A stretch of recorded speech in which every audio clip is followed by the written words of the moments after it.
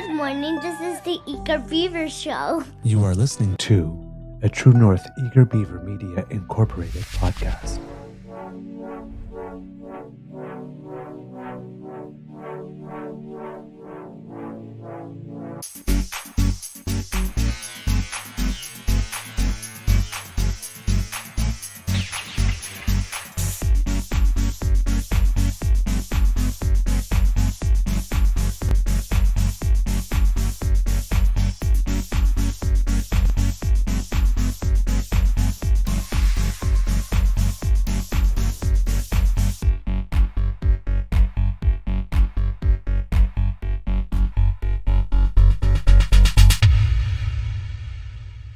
The True North Eager Beaver podcasts are proudly brought to you by our founding sponsors, the Misfit Mysteries from Corvid Moon Publishing, your source for science fiction, fantasy, and cozy mysteries featuring a broad diversity of characters, CanadianTarot.com, your uniquely Canadian online eclectic tarot community, and the Peppermaster, hot pepper sauces made from farm-fresh ingredients to thrill your taste buds and expand your mind.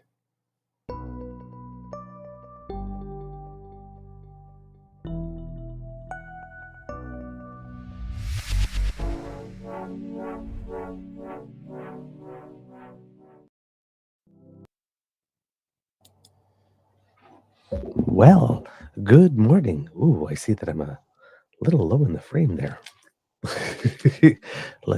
My stand needs a little Viagra there. There we go. Whoops. See? All right, let's try that again. There we go. Sorry about that. It just slid down. Good morning and hello, kids and cubs, and welcome to season 4 and episode number 609 of the Daily Beaver Morning Show. 100% Canadian, and I have a new shirt, Sir Grizzly. Canada is not a state. Yes, mais en français. En français, Canada n'est pas un État. So, yeah. You know how bad you got to piss off Quebecers for them to say something like that? Yeah, Franco-Ontarian too. Yeah, no kidding, right? As we say, you really stepped in it, guys. Yeah, there's an expression in French, ça me vient me chercher dans mon fond, like right in the bottom here, profoundly. It's like you ain't grabbing me by the beaver. I'll tell you that. All right, today, recording day is Tuesday, March 25th, 2025, and it looks like it's going to be a nice day at the Beaver Lodge. It's already at least 3 degrees Celsius here, so yesterday we had a little bit of the white stuff, and yeah, I mean, it is spring, so, you know, we're a little eager for, not necessarily like, you know, sunbathing with it, but, you know, just feeling Warmth. sun-kissed when you're walking down the street. We'll take that Just for now, warmth, consistently. Just give me Yes. some warmth. I just want Yes, warmth. exactly. We don't have it right now. I'm your host, the Eager Beaver, pronouns he, him, hey, Mr. Beaver. And with me is my good friend, Mr. Grizzly. Big thank you goes to our podcast founding sponsors, the Peppermaster, the Misfit Mysteries from Corvid Moon Publishing, and I have been saying it wrong. It's psychictarot.ca, not .com. So my apologies. I went back and checked yesterday just to be sure. So, yes, psychictarot.ca. Thank you very much. I'm only one beaver. Okay. We have a show for you today. But before we get into it, Mr. Grizzly, how is your mental health today, sir? Good, actually. I fell asleep quite early last night, around 8:30, on the couch, and woke up at 12:30. And just crawled into bed. Lola crawled in beside me a few minutes later, and I woke up at 3 a.m. Had a vivid dream. For some reason, Roy Orbison was singing. He's been dead for over 20 years. But he was in my dream, and we had a conversation, and he kept singing Crying over and over again for some reason. I have no idea that why. song. Yeah, but not when you hear it No, nonstop for what felt like hours. no. So yeah. When did he die? I got to check that. Orbison. It's got And to be 30? oh my, it's 1988. been a while. Jeez. Yeah. 30, what's that, Yeah. 37 years? Because when did he 37 years covered? ago, Yeah. 1988. Yeah. Yeah. Yeah. Didn't he do a cover of I Drove All Night? Yeah, he did that. He did that. Yeah. Okay. And it was soon after that. He was only 52 when he died. Mm-hmm. Holy Yeah. shit. Oh, by the way, if there's anybody listening, and well, it'd have to be a generational thing because if you're our age, you have to have been living under a rock, maybe. But if you've never heard Katie Lang's cover of Crying, I know it was a duet. oh yes, it's They true. did It was, yeah, they did it as a duet. You're right. If you've never heard that, it's like It's brilliant. make a note, and after the show, you need to listen to that because oh my god, It's a black and white video. It's really well done. Yeah. Mm-hmm. All right. Let's see. All right. I'm just gonna open up this stuff here. All right. Before we get into things, we have been talking to you about a by-election in the province of Manitoba, and that was for Transcona, and that took place on the 18th, and we never got back to that, but the official results are in, and the riding was had been held by a late education minister, Nello Al-Tomare, who died earlier this year. Our condolences to all those who loved him and cared about him. And that led to NDP candidate Shannon Corbett becoming the area's newest MLA. Transcona was known as an NDP stronghold and has only seen one MLA from another party elected in more than 3 decades. This is according to Global News here. According to the official elections results released Friday, Corbett won the vote handily with 3,616 votes, where their closest competitor, progressive conservative Sean Nason, tallied 1,569. Liberal Brad Boudreau got to 217 votes, and independent candidate Susan Ock got to 208. I wonder if that's the same Susan Ock who's the speed skater who won gold. I don't know. Could be. Huh. Wonder. Elections Manitoba said a total of 5,630 votes were cast out of 17,962 registered voters, a turnaround of around 31%. 4 ballots were rejected and 16 declined.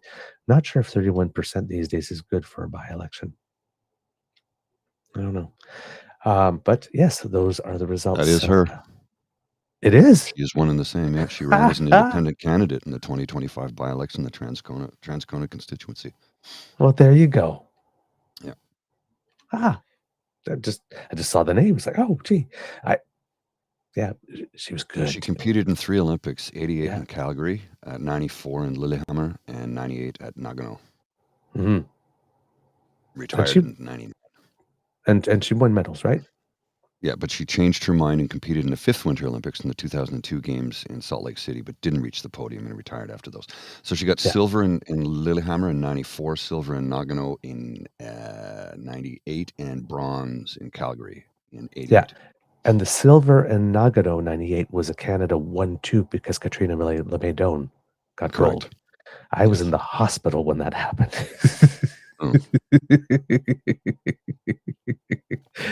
I remember I was watching it on that little TV that they had in the hospital back then. Yeah. Yeah, the Wii. Up at 2 something in the morning, just like watching it. I don't think do they still rent those in hospitals? I don't know. And the reason I ask is because of the fact that, well, people just bring their tablets in. Yeah. When my sister was last in the hospital, she just brought one. Remember portable DVD players? Oh, yes. They were like a laptop, right? They were really popular for a while because you could get them for like $50 at the drugstore. Oh, yeah. So people had them left, right, and center. They were, hanging them off the back seat of the driver's seat and the passenger seat for the kids. And now they're just built in. But and now you don't even use DVDs. It's just you download it and stream it. It's funny how quickly that format kind of died.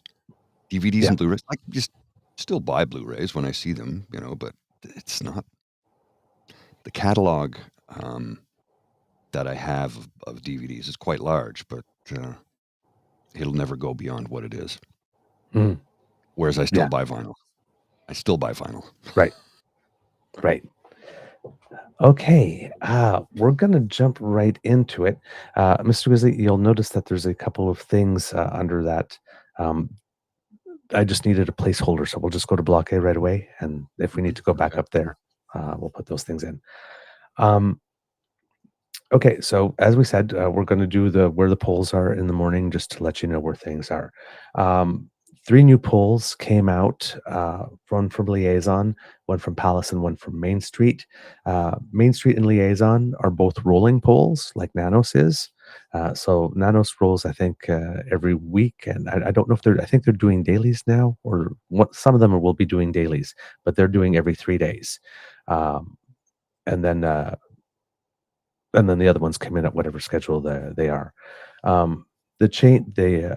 It is reported that the change from Main Street and Palace's previous polls are quite notable.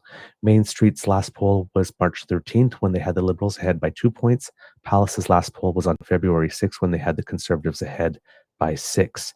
And so those new ones came out, and they are showing Palace is showing Liberals up by 4 and Main Street by 6 there. So when you look at all the poll aggregators, they're pretty much all in line.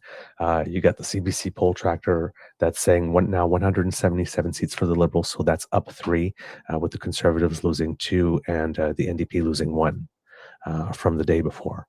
338 has the Liberals at 178, the Conservatives at 130, with the Conservatives losing 1 and the NDP gaining 1 along the way. And then Polling Canada, no change from yesterday. It seems that if you are living in Elmwood, Transcona, you are probably in a very, very, very, very, very close race. So if strategic voting is a thing there, but there it says the NDP have fallen just behind the Conservatives 38-37 in the model. And I would like to give a big thank you to Kit Joanne for granting us a membership to information from Canada Polling, so that we can bring all this additional information to you, because otherwise we'd only have 2 of the 3 aggregators, and now we have access to all 3. So thank you for that very kind donation. As was the case for Mr. Carney, for Liberal leader Carney, Conservative leader Pierre Poilièvre also had some pre-writ things going on over the weekend that were a little interesting. When we last left off on Friday, we were talking about him making this big pitch about the Ring of Fire and saying that he was going to get things approved in 6 months. And we were kind of laughing and giggling because Mr. Grizzly, of course, brought up that's kind of like a non-ceded treaty area. So other people have something to say about that. And then, well, it turns out that in the analysis, when people were talking about it, they were laughing so hard. I don't know if sometimes you see if you're on social media, the meme from the movie The Gods Are Crazy. Mm. Where the 3, now is the time we throw back our head in laughter. Ha, ha, ha, ha. I imagine the indigenous community having done that, because, see, the thing is that you have to consult, and the consultation, the Supreme Court has said again and again and again, has to be meaningful. And I'm not sure how you have meaningful consultation on resources and sharing and making sure that you don't screw up the water tables and stuff like that in 6 months. Yeah, no kidding. He's just blowing sunshine up your butt. Yeah. Well, Okay.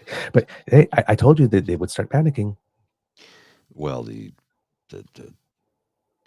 panic right? yesterday was evident in his press conference. Yes. Now, oh yeah, I know. It's Meanwhile, remember, then Prime Minister Carney, one of his last things was having that first ministers meeting where he's getting, when he says we need 1 economy, not 13, he's trying to get people to agree on some pre-approved corridors. Yes, that we could do all the assessments and do. So 2 different methods, right? Mm-hmm. But which one is more likely to work? Well, I'm just saying, right? Then, Mr. Grizzly, if we have the first link, you know you're losing.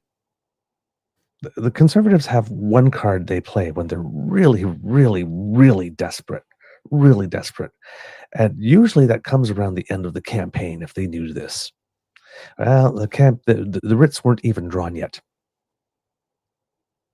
and yeah, the Conservatives have effectively conceded the election before it officially starts. Mr. Beaver tweeted this out. Go ahead, sir, if you want to read it. I'm watching on my camera, unfortunately, so you're going to have to read it. So It is very tiny. Yeah, no problem. Just give me a sec here, and I'll bring it into the record for you. It says, called it. I said that if the human Splatfest, known as Pierre Poilièvre, fell such that polling data showed a Libs majority, desperate cons would shift to the pedo card. Facebook is now blocking alternative links, so screen capped it all. They need to play this card this early. Might be a signal that their internal polling numbers are showing no end to sight in Pierre's downfall. Canada Proud launches attack ads linking Mark Carney to notorious pedophile Jeffrey Epstein. Pierre Poilièvre's office won't say if it condones conservative group ads juxtaposing Prime Minister with a global child sex trafficking ring. Yeah, you don't have to read the article or anything. It's that's enough. Yeah, and there are some pictures pre everything that where Mark Carney was in the same room somewhere as Ghislaine Maxwell, and there are pictures of them side by side. So therefore, there is one photo that is legit. Yep. From 2013 on a beach at a picnic, some formal function. She happened to be there, and I believe Ghislaine Maxwell had worked with his sister-in-law or something to that effect. I can't remember the exact details, but it's irrelevant. To be totally honest, I don't care enough to know. No. Just to do the digging on that one, it's just like, oh, come on, man. Really? Like, really? Yeah. So, I mean, it's like, how to tell they've given up, man. Well, so, when you go to that deck, right? Right. Well, listen, they already had the F. Carney flags. They already went after one of his daughters because they're non-binary or use they, them pronouns. Right. And then the pedo card. And that was before the writ was drawn.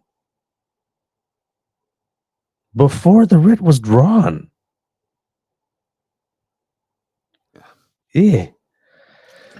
Okay. How to tell it's going well? Then they paid a visit to François Legault, the Premier of Quebec. And apparently, if we see the picture, he did not go alone. And a lot of people were wondering what Evita was doing there. And my only guess is that her French is better than his. And given that she grew up in the province, maybe if it came out of her mouth, Uncle Frankie Legs would be more inclined. I don't know. That might be the depth of the strategy here, or just that she's just, and I use this term relatively, as in relative to him, infinitely more likable. Sorry. So, yeah, I'd rather listen to her talk. Just saying. If if I had to choose, like if I had, emphasis on had to choose, then there was some news coming out of the Toronto Star, Mr. Robert Benzie. It seems that another way to tell that your campaign is going well is when there are news articles that are saying that, it seems that you ran to Premier Ford, who, thanks to the last provincial election, is now actually the most prominent conservative voice in the country. And yeah, you ran to him and seemed to be asking for help. Well, then it wasn't help, but it was, maybe some advice. And then it wasn't, well, I'm not sure. But Doug Ford was apparently sort of like, oh, gee, I'm sorry, like, I'm washing my hair tomorrow. Oh, conditioning it. Sorry. So that didn't go well. And it would seem that in this article, it was revealed that Pierre had not even taken a moment yet to actually pick up the phone or write anything, or the just the boilerplate. Congratulations, Doug Ford, on winning your third election. That even Trudeau did. Prime Minister Trudeau did, but he didn't do that. And apparently, he also did not do that for François Legault when he won. So, and now he's like calling He's them a up and self-centered narcissist. He doesn't give a shit about anybody but himself. yeah. So apparently, calling them up and hey, how you do? Like that relative that you haven't seen for a while. And it's like, hey, how you doing? Yeah, we should get together. And then it's like, and somewhere along the way, it's like, by the way, do you have like $30? Yeah, I could use a couple of bucks till next Wednesday. Okay. Could you help me build my shed? Oh, the shovel I borrowed 5 years ago. Yeah, I got that.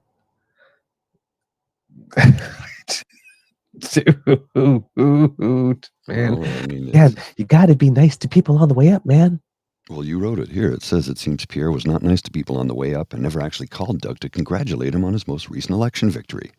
He similarly ignored basic niceties for Premier Legault, and yesterday, Pierre, along with Evita, tried une grande seduction, but it seems Doug has been warning Frankie Legs for some time now to not get too close to Pierre.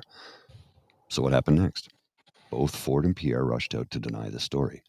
Ford claims he never really ever talked to Pierre, even though there are plenty of photos of them being in the same space about the same time, and was not asked for help because if he admitted that he denied Pierre help, he would lose a slice of his base. Pierre, for his part, denied that the call was awkward, as reported by those privy to the conversation, saying that it was a fantastic call, the best call, a perfect call, fantastic, like you've never seen before.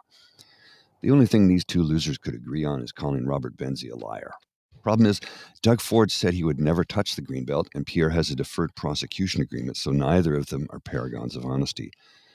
In a room full of liars, who do you believe? I'm going with Benzie here. Imagine him in an epic eye roll as he's watching the denials come in. And then, of course, Slappy. How much did you pay Doug Ford to betray Pierre Poilièvre? Was it as much as you paid to travel to Epstein's Island? Like, right? How to tell you're losing, man? Pathetic. Again, this is all before the writ is drawn. Yeesh.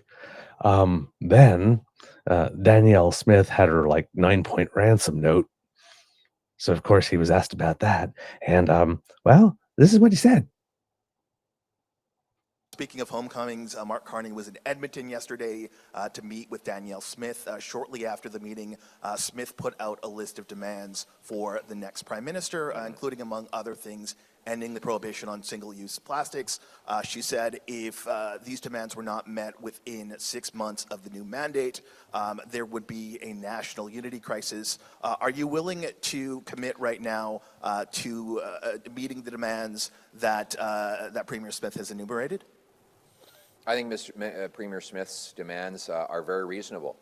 You'll have to see the rest of our platform roll out in due course, but she was making clear that Mark Carney's using weasel words. He's pretending that he suddenly, 30 days before an election, changed his entire radical, net zero, keep it in the ground ideology. Mr. Carney, I can't even believe he would have the audacity to show up in Edmonton. Speaking of homecomings. You mean his hometown? His hometown. He had the audacity to show up to his hometown. Does Pierre even have the audacity to show up in his own writing? Come on. Really? Very reasonable. Very reasonable Then it comes out that Danielle did that Breitbart thing where he said, I think they would be on. Really? It's premature enunciation. It sure would have been helpful if the Breitbart article came up before you were asked that question. You answered it in that way, wouldn't it appear? Yes, because he's in sync with Trump, remember? Didn't we say something to that effect for the last 3 frickin' years? That he's a Trump wannabe? We've been saying this since he stole the leadership campaign. Oh, wait, we'll get to that later. We can't say that. We cannot say that. You're right. We can't say that he stole. We absolutely cannot say that. That is no. He allegedly had help. Okay.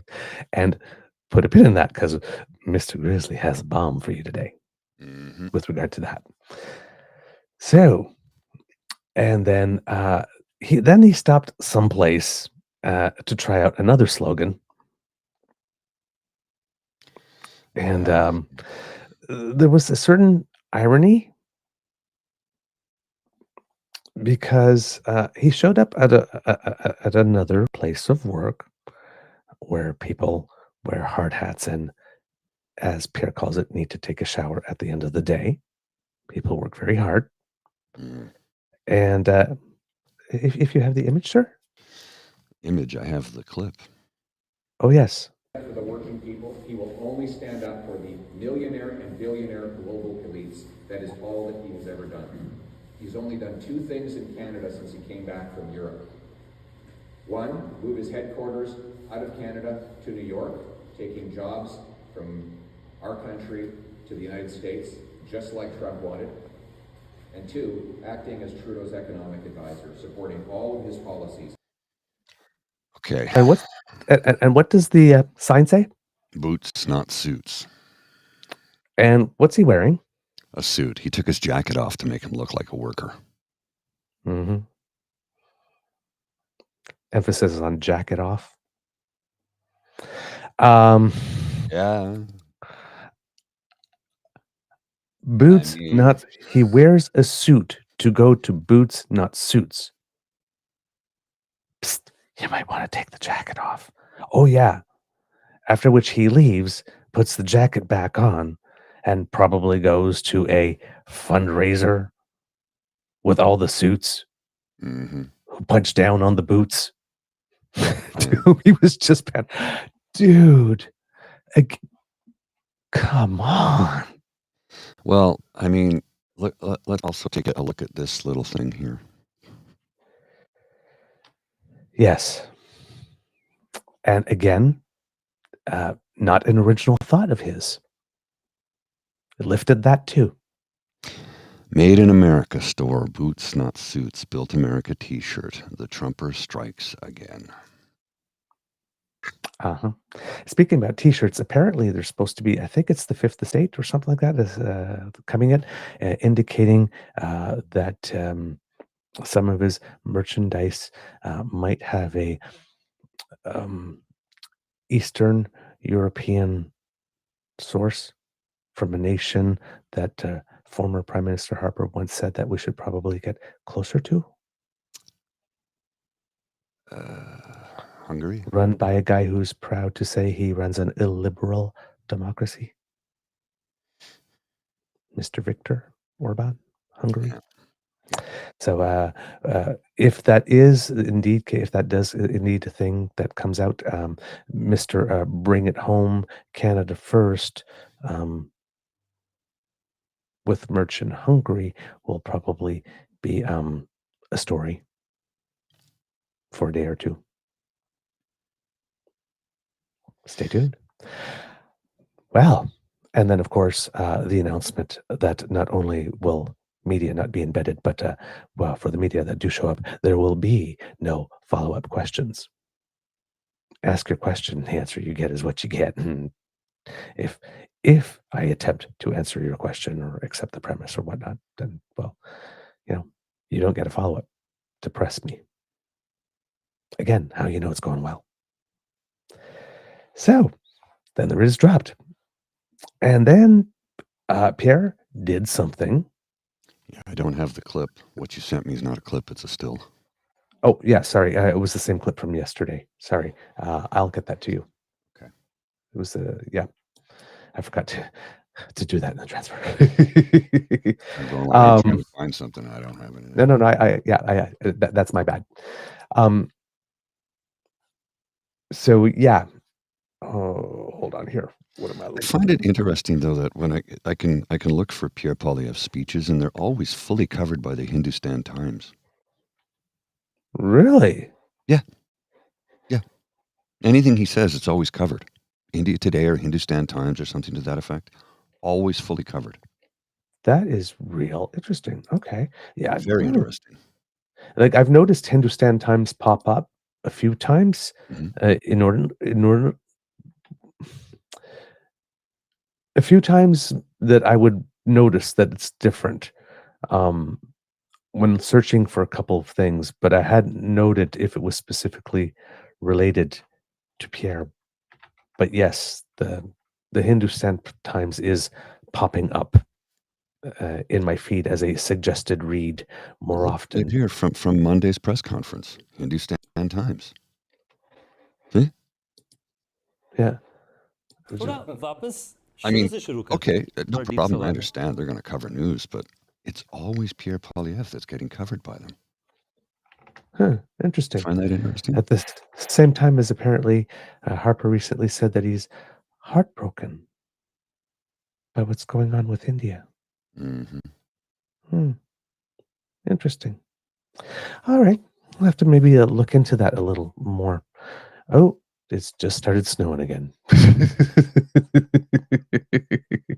All right. So Pierre did something that made my jaw drop. Actually, and that's hard to do for me in politics. But it's the launch of an election. Normally, the way things happen is that the prime minister goes to visit the governor general, asks for dissolution of the parliament. The governor general issues a proclamation in the name of the king, which makes it such, gives the green light to the chief electoral officer of Canada to issue the writs. And one underway, and then the election gets underway. The prime minister becomes leader of the Liberal Party or whatever party they are leading. At the moment, no longer prime minister because we enter caretaker mode. Which is what we're in right now. Right?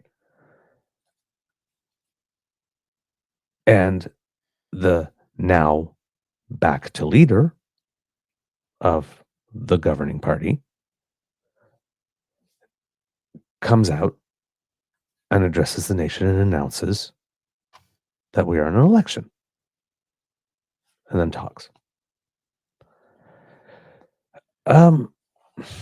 The other day, Pierre Poilièvre decided that he was going to speak first, literally preempting Mark Carney. Now, one, not that many people will care because they don't follow it, but the absolute and utter arrogance and entitlement that goes with that move.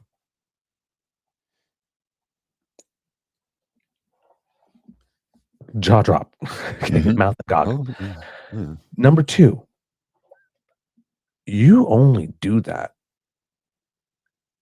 if you fear that if the other person speaks first, you're not going to make the cut. So you go first because you're trying to set the tone for the election. Now, he's been trying to do this for the last 2.5 years, right? It's going to be a carbon tax election. It's going to be a carbon tax election. We need a carbon tax election. Now, he did not get a carbon tax election. We told you a while ago that he was not going to get a carbon tax election. So now that he can't have a carbon tax election, he wants to set the tone. Sorry, Mr. Grizzly? No, that's all I'm saying. Like, yeah, the carbon tax it's done. It's finished. Like, get over it, Pierre. Your carbon tax election that you've campaigned on for the last 2 years, It's over. It's done. Walk away. So he chose to go first. That's a bold move. If you're going to go first, you better have something. Well, If you are going to preempt the person who was just seconds, well, it was at the moment while you're doing this, still is prime minister.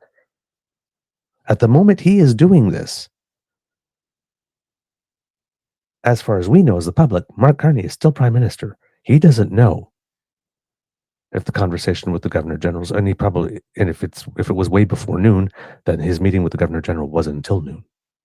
yeah. Well, and here's the thing: the writ hasn't been drawn at this point, so he's just trying to be preemptive. Which, okay, fine, I understand that. But what if your preemptive was way off base? You would have some serious egg on your face. Well, yeah. So first, you see the podium slogan, the new one, and I'm seeing this like this before he stood up at the podium, right? You're watching and you see that, and I'm sitting like, oh, God. I was like, okay. My first thought was, okay, now he's just combining slogans. Mm-hmm. And number two was, damn, even his podium slogans smack of snark. Oh, yes. What is the podium slogan, Mr. Grizzly? Canada first. And then? I can't see the rest of it. Oh, sure. Canada first, for a change. Now, he's saying it, Canada first, for a change. And I'm hearing Canada first, for a change. Right? Well, and it's like, why? Because you weren't putting Canada first, or you need to remind yourself, or what? Like, it's so vague. It's from a narcissist. Like, do you have anything, Mr. Grizzly, before we jump into this? No, I just want to play this and let the chips fall where they may. Okay. First, for a change. Thank you very much. Thank you very much, everyone, for being here today. Our little munchkins, I think that my little girl got bored and left me, so I'm going to have to give the speech again when we get home. And there's Cruz. He is, as you can see, he's a fighter pilot, and we have our pet penguin with us today, too. We're happy to be here to launch our campaign to restore Canada's promise, and to do it on this very beautiful day. Today, the Liberals are asking for a fourth term in power, after swapping Justin Trudeau for his economic advisor and hand-picked successor, Mark Carney. But after the lost Liberal decade, the question is whether Canadians can afford a fourth Liberal term.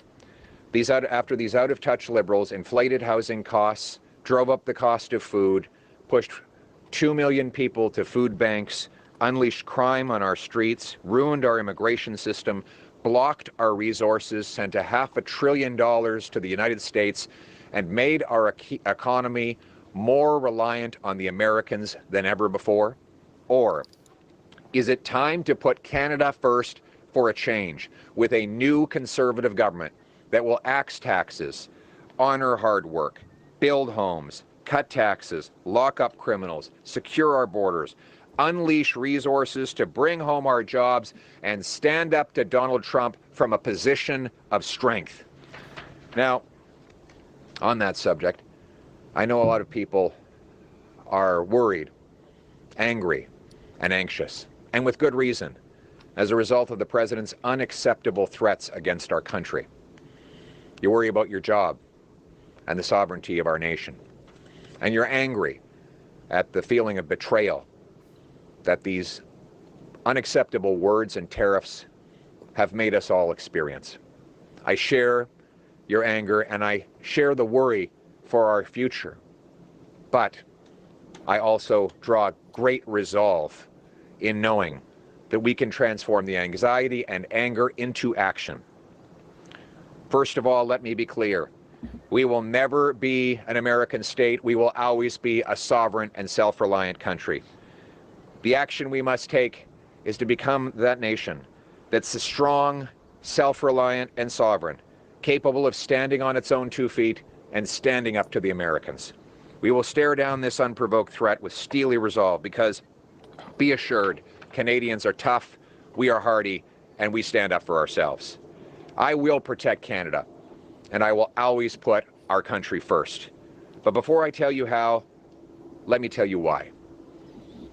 This country's given me everything I have. Where have I heard that before? Okay. Right? Parroting, parroting, mimicking, parroting. Imitation is the sincerest form of flattery. The Grey Fair. Do you think Canada he's has doing this given with me- Carney? Dude. Remember when I said single white female? Yeah. Come on. Creepy, creepy, creepy, creepy, creepy chameleon. Like, this is not cool. Okay. There's So, about a minute left to go on this, though. yeah. Until I get to the 147? Yeah. Yeah. Okay, so you just stopped that. Okay. I had you to, just because that was the needle scratch. It was just, Yeah. That's exactly what that was. That's why I told you to put a pin in that one yesterday when I said, Mr. Carney's line and brought attention to it, that he's been saying that from the beginning, because some guy I guess somebody decided he liked that line, so he just took it. Oh, the man has never had an original thought in his head. I know my story wouldn't have been possible in any other country in the world. Yes, it would have. I was born to a 16-year-old single mother who put me up for adoption. I thought she was 18. That doesn't matter. You say, listen to his story and tell me this could not have happened in Germany or in Sweden or in Turkey or in... Yeah. I was born to a 16-year-old single mother who put me up for adoption to 2 school teachers. But they taught me that in Canada, despite humble beginnings, Can you I could move it achieve over anything just to I my wanted. side? I got into politics to protect and preserve that promise. And that promise means that if you work hard, you get a house, a nice house, on a safe street, protected by brave troops. Just wanted to let Under you a know as we proud listen to flag. Pierre Poilièvre that Mark Carney is now inside Rideau Hall promise asking the is Governor broken. General to dissolve Parliament and officially decade launch this of election Liberal campaign. Liberal He will taxes come out drove up shortly food to speak to prices Canadians. Let's go 37% back now and faster listen to the than in Conservative the Leader of States. Canada. Housing I included that one in the clip because Petty is my favorite color. Well, it's the protected by troops. Under our proud Canadian flag on a safe street. He says that a lot, by the way. Troops? Yes. That would indicate he wants the military to patrol our streets. I'm not going to say that he says that that's what he wants, but the way that it is formulated, he leaves himself open to that accusation. I mean, we want Canada in general to be protected by our troops, right? I will grant him that grace, because that would. I think he's got enough problems on his campaign that he doesn't need to add that one. If he's going, hey, I've got all these problems, let me distract with, hey, how about troops in our streets? It's going really bad. If you need troops in your Really streets to bad. distract from what else is going on. So I will grant him the grace that that's probably not what he meant. But yes, the way that that is framed is someone could choose to interpret that way. And maybe that's not what he meant, but he's reading. He's reading a written text. Exactly. Now, here's the does anything about that delivery or presentation convince you that he is going to protect or defend Canada when he says it? Well, no, but it's because I know who he is. No, but there's right. If I'm delivering that speech, I will protect Canada. I will I will protect Canada. I will defend it from the beep bop boop boop beep bop beep boop. It's robotic. The line in there that kills me, the promise of a home. I'm sorry, nobody promised me that. Nobody promised me that. If I want a home, I have to earn the money to do it. And in today's economy, it's damn near impossible. But that has nothing to do with the federal government, because housing went up like, what, 250% under his government's watch? Mm-hmm. But he won't won't lay any claim to that. Now, No. I'm probably off with my numbers there, but I know that housing went way up under the Harper government because they sold off a lot of rent-controlled buildings to private developers. Yep. And remember, one of Drove his up housing costs. Yep. And remember, one of his policies is to sell government land, not lease government land, but sell it to developers, which sets the stage for taking the Greenbelt national. Amongst And he- other things, creating Yes. the new feudal system. Yeah. Remember, So- in Ottawa, there are 4 companies that own 85 to 90% of the rental stock. 4 companies. There's about 6 big ones, and 4 of them own most of everything. It's Yeah. the new feudal system. So right now I'm watching this and I'm seeing someone running a loser's campaign. He knows he's Going first to be relevant and make sure that, you know, the media doesn't miss you on opening day, and then launching alone. I think Linda's comment here is really good. He should be able to tell his own personal story without reading it from a paper in front of him. Right? Launching alone within the first 30 seconds talking about the other guy rather than himself. Yeah. And again, doing the Canada's abusive boyfriend thing, telling us how we're Brooklyn. In the first, like, it's the start of the election campaign. This is you saying hello to those who haven't. And it's like, hi. You know when you're at a party and you're in a little circle and there's 5 people talking like this, and there's somebody that comes in and like this and then starts like, you know, whatever it is that you're talking about comes like, oh my God, my knee is just so, you know, and it's just like, this is not how you say hello. Well, something that one of the first things I learned when I was a sales rep for a long time, and one of the first things they taught me in sales, they said you have the charisma and the natural ability to have a discussion with people, but there's things you need to learn how to do. Control your body language, make eye contact. Also, you should never him, ha, and most importantly, never speak about your competitor ever. Mm-hmm. Now, if your client or your possible client brings up the competitor, speak about the competitor in a polite and respectful manner and move back on to what you're trying to sell. He doesn't do that. Ever.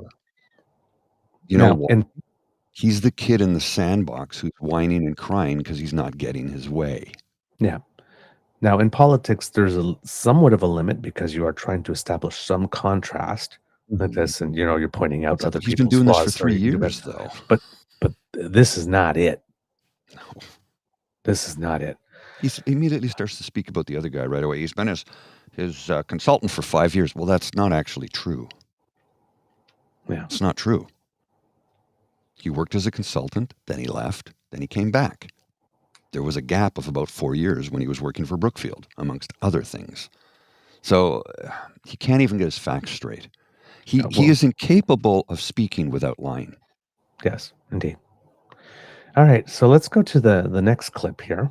Got it. 148.33, because why not also sprinkle in some casual anti-Semitism? What's more, our nation is more divided than ever before because the liberal, radical, post-national, borderless, and globalist ideology has weakened our nation. Now, desperate for a 4th term, Liberals have replaced Justin Trudeau with his economic advisor and hand-picked successor, Mark Carney. But a Liberal is a Liberal is a Liberal. It's the same old Liberal MPs, the same Liberal ministers, the same Liberal advisors, the same Liberal elites, the same broken Liberal promises of the last 10 years.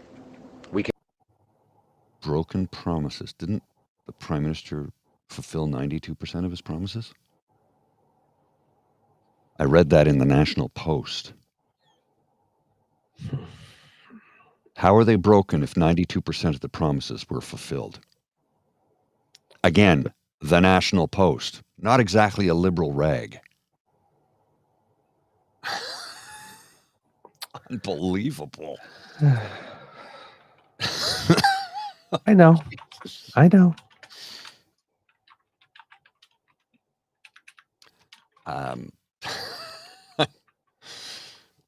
Wow. And his globalist, you know what that is. Yep. It's That's a what I dog said. whistle. It's anti-Semitic dog whistle. That's what it is. It's an anti-Semitic dog whistle. Next clip is ready to go, sir. All right. Oh, by the way, Energy.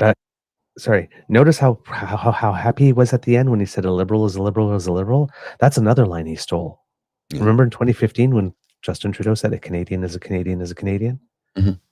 Yeah. Again, no original thoughts, man. None. Zero. He's very pleased with and himself. home building. We'll lower taxes to bring home businesses and to make sure Canadians bring home more of their paychecks.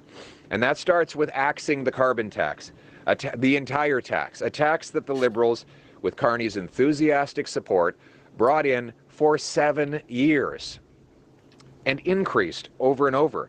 A tax that is still in law, despite the government hiding it from gas stations for the 30 days leading up to the election. A tax they will bring back bigger than ever before if reelected. And on this point, Mr. Carney and Mr. Trump are in total agreement. They both want Oopsie. Freudian slip. Freudian slip. Freudian slip. to tax Canadian industry. Mr. Carney's carbon tax and Donald Trump's tariffs will destroy Canadian industry, pushing jobs south. But I won't let that happen. How? How?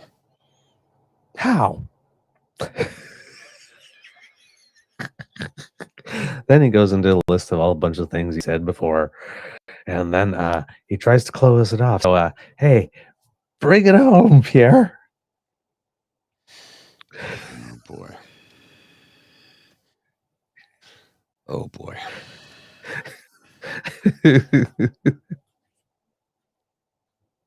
In Iqaluit, and we will back our veterans to ensure they have good lives after they fought for our country.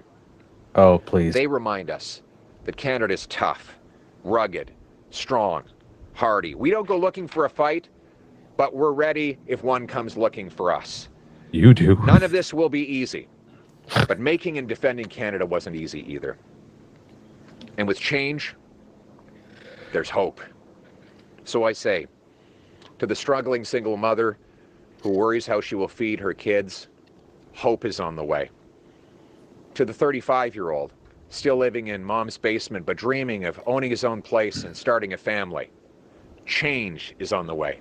To the seniors choosing between eating and heating. And to all those who wonder what happened to the country that they knew and love, change and hope are both on the way. A new Change and hope. Like hope and change? So he's stealing from Obama now?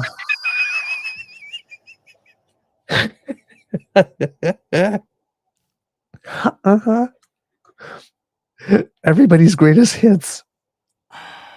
It's like a K-Tel album. It really is. All right, we'll keep going. new Conservative government will restore Canada's promise. The promise that anyone from anywhere can do anything, that hard work gets you a great life in a beautiful home, on a safe street under a proud flag. To preserve that flag and uphold its promise, we must work together, fight together, and win together for our people, for our land, for our home, for Canada first, for a change. Thank you. Oh, God, help us. Lord, that's the pitch, folks. Compare and contrast with yesterday. That's the pitch. It's gonna be a long 36 days. Oh my God. That's bad. It's going to be difficult to try and follow this every day for the next 33 days or 34 days or whatever the hell it is. Thank you, Mark Kearney, for making this one short. Oh, God.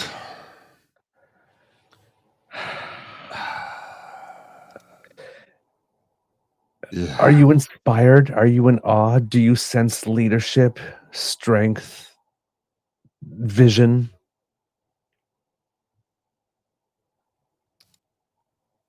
My beaver run dry. I'm sorry. Just no. Just no. Right? Just no. Not an original thought. Can't tell us the story of his own life without reading it from a sheet of paper in front of him on the podium. Like, for the guys who are fans of his, like, seriously, how can you see this and like he's the best we've ever had on offer? Like, he's the best thing on. My God, he's gonna really accomplish anything, really. Well, There's no this is the first. He's not excited. There's no drive. There's nothing. There's nothing. uh, So yesterday he I don't know if you saw that he tweeted out that Mark Carney's a coward and won't debate with me in French. Well, yeah. no, actually he's committed to the 2 official debates, the English and the French one. Yeah. The third one, which is a TFA debate, TVA. Sorry, Yeah. TVA. He agreed to, and then he decided no, because it's going to cost $75,000 per candidate. It's a shakedown. Yeah. Like, no. I was watching Power and Politics yesterday. The whole panel was there. I have never heard of a network saying, "Hey, we want to host a debate. Pay us to come and debate on our network." Yeah.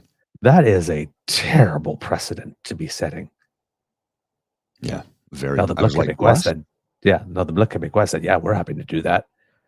So, they're going to try to create an issue in Quebec. Now we just want to. Now, if Mark Carney is smart, the Liberal team is smart. What they will do is they will approach another network, maybe a smaller network, and say, "Hey, we're willing to debate on yours if it's a no fee." How about our network? Or go to an organization, sometime like Monk School Debate or something like that they have in Quebec, and propose a debate, another one in French, and invite everyone else to come. But now he absolutely has to go on Tout le monde en parle. Absolutely. Yeah, agreed. For sure. If he's going to skip the TVA thing. But TVA, like, I'm sorry, TVA. Mais ça se fait pas, ça n'a pas d'allure. It's just, not cool. That's just like, come on. Franchement. Well, look, after this. We're happy to host a debate, but pay us to be on our... No. After his defeat in the federal election, and this is my prediction. After his defeat in the federal election, under a Liberal majority, a thin Liberal majority, this is my prediction, they will have a leadership convention. Pierre Poilièvre will be gone, and Doug Ford will be the new Conservative leader. Or Jason Kenney. Seems he's got some designs. Ford really wants the job, and he's so did Jason. for it. Yeah, I know Jason does too. Yeah. Jason's thirsty. Here's the thing. I would prefer Ford over Poilièvre or Kenney, because I know how corrupt he is. Gotcha. I know exactly who I'm dealing with, because Doug is not that smart. He's not nearly as duplicitous, and he's a puppet. He'll do whatever you tell him to. But the other thing is, Doug will do the right thing if you put pressure on him, as evidenced by the Greenbelt. There's no good choices available for the Conservatives. Period. It's an interesting hypothesis. Well, we'll see. Maybe I'm wrong, but but it's like, again, if you had to choose FMK type thing, he's the least most dangerous as far as I'm concerned. That's not saying much. No, it isn't. Again, let's get to his Q&A. We'll get to his Q&A. Yeah. Yeah, this is a... Thank you. We'll now take question. On va maintenant passer aux questions. Good morning, Mr. Poilièvre. Good morning. JP Tasker from CBC News. Thank you. Do you respect Donald Trump? I respect the office of the President of the United States, and we have to show respect to other world leaders. The bottom line is the Americans buy 75% of our goods. So whoever's the prime minister is going to have to, at some point, deal with President Trump. He was only elected a short time ago. He's going to be around for 4 more years. You can be respectful and firm, and I believe we have to be both. I will insist the president recognize the independence and sovereignty of Canada. I will insist that he stop tariffing our nation. And at the same time, I will strengthen our country so that we can be capable of standing our own 2 feet and standing up to the Americans where and when necessary. That's what it means when I say, let's put Canada first for a change. I don't believe him. Nothing about that sounded confident. And again, do you respect Donald Trump? I respect the office of the president. That's boilerplate answer. That's this a type of standard situation. answer. It's Period. a standard Right. answer. That's fine. I have no problem with And that. it's the correct answer, right? It's the correct answer, right? Because anything else avoids anything else brings up problems. But we can be respectful and firm. Must acknowledge our sovereignty. Who is saying that? Who's the one that's saying the no talkie till the 51 state stoppy? Yeah. Who's firmly and respectfully saying? And let's remember on March 8th of this year, Danielle Smith said, Pierre Poilièvre believes in low-cost energy. He believes that we need to have low taxes. Doesn't believe in any of the woke stuff that we've seen taking over our politics for the last 5 years. But I would say, on balance, the perspective that Pierre would bring would be very much in sync with, I think, the new direction in America. In sync. Bye. Okay, next one. It doesn't get better, kids. Just letting you know. That's why I say human curse splatfest. It's just okay. I'm like, this guy is just flailing. Yep. Wacky. What was it? Wacky Wacko. arm flailing tube man. Oh yes. Wacky inflatable arm flailing tube man. The first is all about. Next question. Mr. Poilièvre, hello. Stephanie Levitz, the Hi, Globe and Stephanie. Mail. Good morning. Good morning, almost afternoon. Premier Danielle Smith, Alberta Premier Danielle Smith, has asked the U.S. administration to hold off any further action because it benefits the Liberals politically right now, and says that your direction would be more in sync with the U.S. administration's direction. Do you think her comments are appropriate, and what is your response to them? Well, my response is that the president has said that he thinks it would be easier to deal with a Liberal, and with good reason. The Liberals have weakened our country. They've blocked resource projects, raised taxes, driving our jobs south into the hands of the Americans. $500 billion of investment has fled our country. They blocked a pipeline that would have allowed us to go around the American market. They've killed LNG liquefaction plants, forcing us to sell all of our natural gas. Excuse me? Killed them? They're under construction right now. To the Americans at huge price discounts. They've weakened our military and our borders. All of that plays into the hands of President Trump. He's been very blunt that he wants a weak Canada that he can target. And Liberals, after the lost Liberal decade, have made our economy and our country weaker and more divided.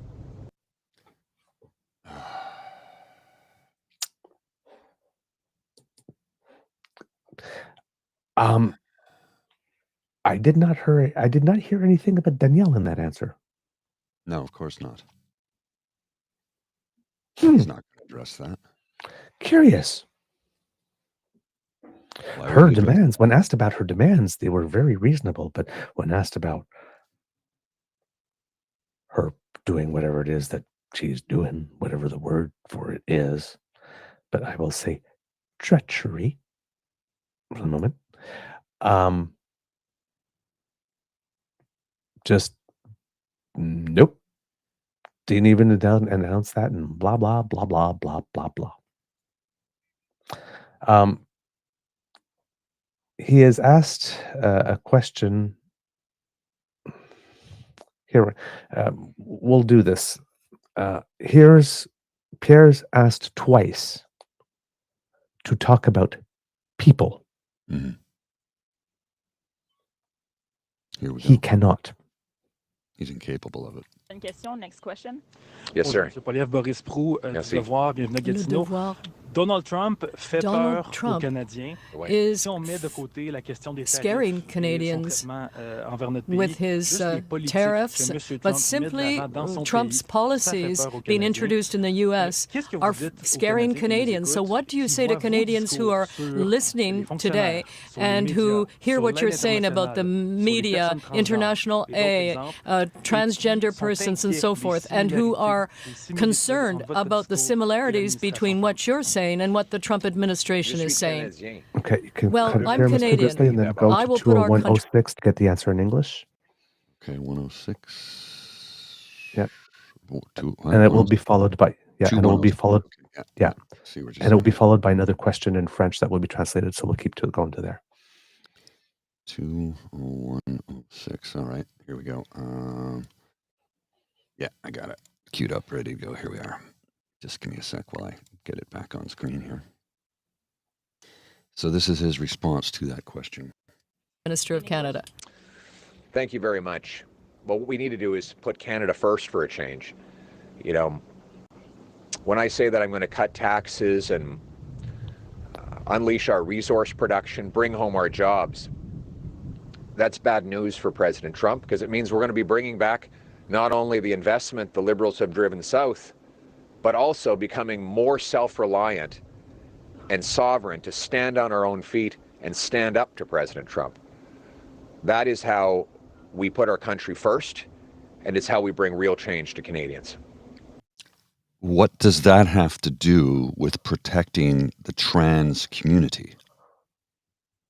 Or any other vulnerable person. Or any vulnerable person in the country. And vulnerable not only just because of like things with which they are born, but vulnerable because of tariffs, your jobs, your what, none of this has anything to do. That people are scared. What do you do? This is his answer. Well, I'm going to go back to the question because, and people are asking, could you go back to the question? I'm like, yes, I will, because I think it's important that we hear the question again. And I think this is where it starts. Yeah, there's the question. Okay, so here we are. Listen to the question again, and then we'll follow up with the answer in English, because it's one of those, what? Okay, and then when we follow up with the answer in question, keep it going to the next, because there's a follow up in French, and then play the next answer. So because he's given a second shot at this and blows it. Thank you. En français? Évidemment, Monsieur Trump préfère des libéraux. Of course, Mr. Trump prefers the les Liberals libéraux because the That's not Liberals. the question.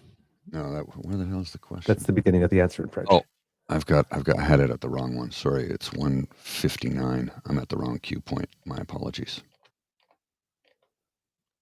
Wrong cue point. 159.38. Apologies. Okay, we'll try it again. Confront President Trump from a position of strength. Prochaine question, next question.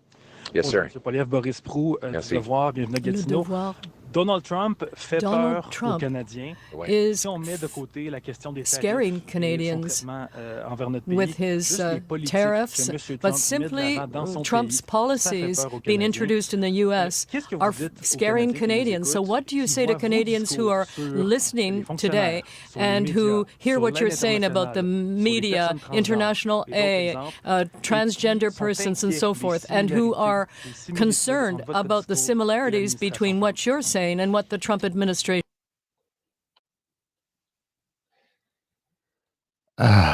So we'll go to his answer in English because it's not an answer. This is just unbelievable. He doesn't even touch the subject. To do as Prime Minister of Canada. Thank you very much. But what we need to do is put Canada first for a change. You know, when I say that I'm going to cut taxes and unleash our resource production, bring home our jobs, that's bad news for President Trump, because it means we're going to be bringing back not only the investment the Liberals have driven south, but also becoming more self-reliant and sovereign to stand on our own feet and stand up to President Trump. That is how we put our country first, and it's how we bring real change to Canadians. Thank you. Next question. Prochaine question. Bonjour, Monsieur Poilièvre, Christian Noël de Radio-Canada. Radio-Canada. Les gens dans la rue nous disent... Bon matin. Vous aussi. Good morning. Les gens dans la rue nous disent qu'ils People cherchent on un the Capitaine streets Canada are pour se saying protéger that de they're Donald looking Trump for a Oui. Captain et Canada un to protect antidote them à Donald Trump. and an Comme antidote to l'expliquait Donald mon Trump. collègue Boris, As my certaines colleague Boris politiques just said, dont vous faites la promotion some ressemblent of the à ce que policies Donald you're Trump promoting propose. are similar Les to gens dans la those rue put s'inquiètent forward de by ça. President Trump, and people Comment in the pouvez-vous street vous are worried distinguer about de that. Donald Trump How can you à ce differentiate moment-ci yourself from pour Donald rassurer Trump les at this Canadiens? time J'ai in pas order entendu to la façon reassure dont vos Canadians? politiques I haven't sont seen différentes de how Donald your Trump. policies are Comment different vous êtes capable from de those rassurer les of Canadiens Mr. que vous Trump, n'êtes pas and lui? how can À you part de dire que vous êtes reassure Canadien. people that's the case if you Mais are tout reelected? d'abord, j'ai dit Well, que first of all, je veux le contraire que Donald Trump. Il I've veut, said I par want the exemple, opposite of Donald imposer Trump. des tarifs He wants sur nos to entreprises, impose les taxes sur tariffs les on entreprises our canadiennes. industries and on C'est les our libéraux qui companies. veulent faire pareil. It's Les the libéraux veulent liberals that want to taxer do nos that. They want to entreprises tax our en même businesses temps que Donald Trump fait la même chose. as Donald Trump Donald does Trump the veut same. prendre nos Donald ressources Trump au wants prix to bas. take our Et c'est les resources libéraux away from qui us at the l'ont lowest permis, price. And qui it's lui the ont liberals permis de le faire en that bloquant have les allowed him to pipelines, do that by blocking the construction of usines de gaz pipelines naturel, and natural les gas expansions plants portuaires. and C'est les expansion of our libéraux qui ont port facilities. The les liberals intérêts de Donald Trump have en affaiblissant notre worked pays. in the favor of Donald je Trump veux rather than le Canada. contraire. And Je I veux want the ramener le reverse. demi-billion I dollars want que les to libéraux bring ont back the expulsés $500 vers billion les that the États-Unis. liberals drove Parce to the que United States. Quand je parle aux Because gens when sur I la talk rue, to vous avez people parlé des in the gens sur la street, rue. you talked about people in the Ils ont street. peur, Well, savez-vous ce qu'ils disent? you know what they're saying? Ils ont peur de perdre leurs emplois. They're afraid Parce of que losing their notre économie est jobs faible because après our 10 economy ans des is weak libéraux. after 10 years of the Ils ont liberals. peur de ne pas They're pouvoir payer afraid leurs of not being épiceries able to ou pay acheter for un groceries logement. or buy a house Moi, or je a suis le place to seul live. And qui I'm leur the offre only person un vrai changement offering pour true ramener la change promesse Only du to Canada. I bring can back do the it. promise Pour of ramener nos Canada, emplois to bring ici. back jobs to Et pour Canada, permettre à nos and gens d'avoir allow une belle people to future have a great comme future nos parents et nos grands-parents like our ont eu. parents and grandparents had. Only I can do it. Again, he can only talk about dollars. He doesn't. People don't matter to him, though. That's what I've been saying for But- years. Human beings do not matter to him unless they are human capital that can generate revenue for him and his oligarch puppet masters. That's it. He's hearing from the people who are worried about losing their jobs. He's not hearing, just like he's never been made aware that there are more than two genders. He's never heard. Not aware. Can't speak to. Won't even attempt. How many lies did he drop in that response, though? Too many to count. And I'm not being sarcastic. I'm being sincere. He lied on multiple occasions in that speech. Yeah. They canceled the liquid. No, it's under construction, and they're about to build a new one. The liquid natural gas plant, it's under construction. It should be online this year. In July, I think, or something. Yeah. And there's another one that they're about to start construction on. They built a pipeline. What are you talking about? The Keystone Pipeline? That was canceled by Joe Biden. Northern Gateway was canceled, as we saw yesterday, was the fact that Horgan wouldn't let it Correct. cross the border. And Energy East, up until recently, and I don't know if that's still the case, or there's more openness to it, was Quebec that wasn't allowing. Right. So the liberal government, then the liberal government seeing all of this happen. Okay, fine, we'll frickin' buy the Trans Mountain. Let's make this happen. And then got done in 7 years or 7 or 8 years, that which you couldn't do in 10. Yeah. And I mean, it's just so, it's not serious. It's not serious. I'll skip over this follow-up in English because we heard the translated version of it, and we'll just go to the next clip. Exactly. And then the last question was on foreign interference. right, with Danielle that we showed yesterday. We can show it again if you like. Hello, Mr. Poilièvre. Mark Ramsey with the Toronto Star. Your party was the target of foreign interference in the last 2 election campaigns, but you're going into this one without the security clearance necessary to receive briefings on this. When should Canadians expect you to get that security clearance? Well, I've already had clearance. I was a minister in cabinet already, and the government has the ability to give me any information they think necessary. But what I'm not going to do is go into a process, a politically directed process by the Liberals that they use to decide what I can see and say and comment on. We know that the Liberals have made Canada a playground to foreign interference. They're the ones that have benefited from foreign interference. We also call on the government to have the foreign agent registry set up for this election so that Canadians know if any foreign or hostile regimes are intervening in our democracy, so that we can expose that and protect ourselves. Okay. Yeah. Okay. We did this yesterday. Not a word of that is true. Not a word of that is true. It Not is a not word. the Liberal government. It's not the Liberal government. It's not any government in power that does that. They are separate entities. CSIS, CSE, the RCMP, the Canadian military, D&D. They determine what is eyes only and secret. But let me just insert this here, sir. CSIS, this was published about 2 hours ago in the Globe and Mail. CSIS alleges India organized support for Poilièvre's 2022 Conservative leadership bid.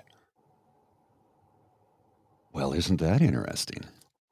Agents of India and their proxies allegedly meddled in the 2022 election of Pierre Poilièvre as Conservative Party leader as part of a larger effort to cozy up to politicians of all parties, according to a source with top-secret clearance.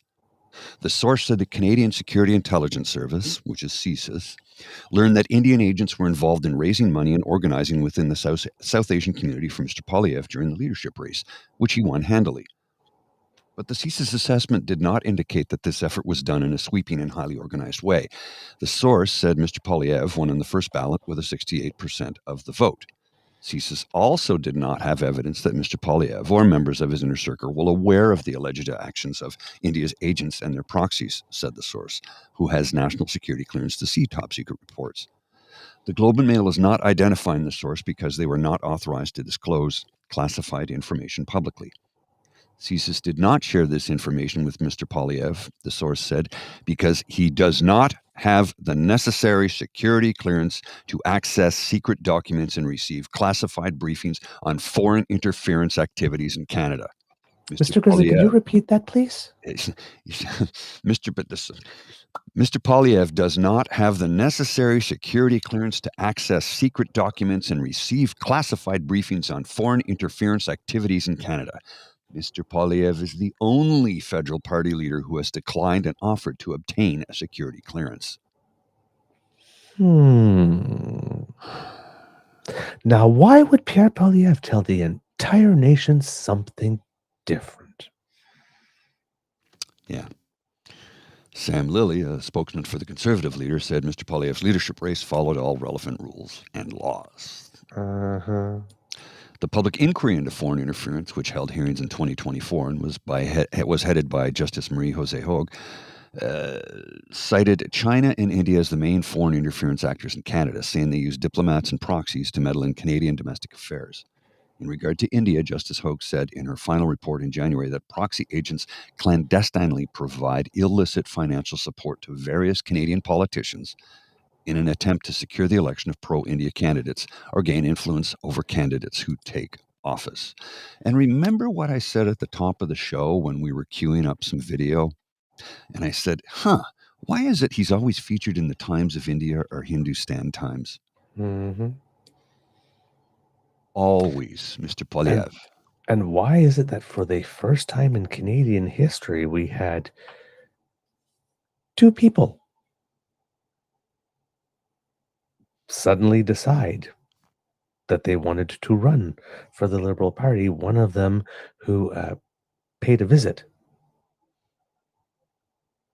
to Prime Minister Modi on non-government business while an MP. Maybe that has something to do with the reason for which his nomination to be a candidate this time around wasn't approved. Can't say that that's the case, but maybe.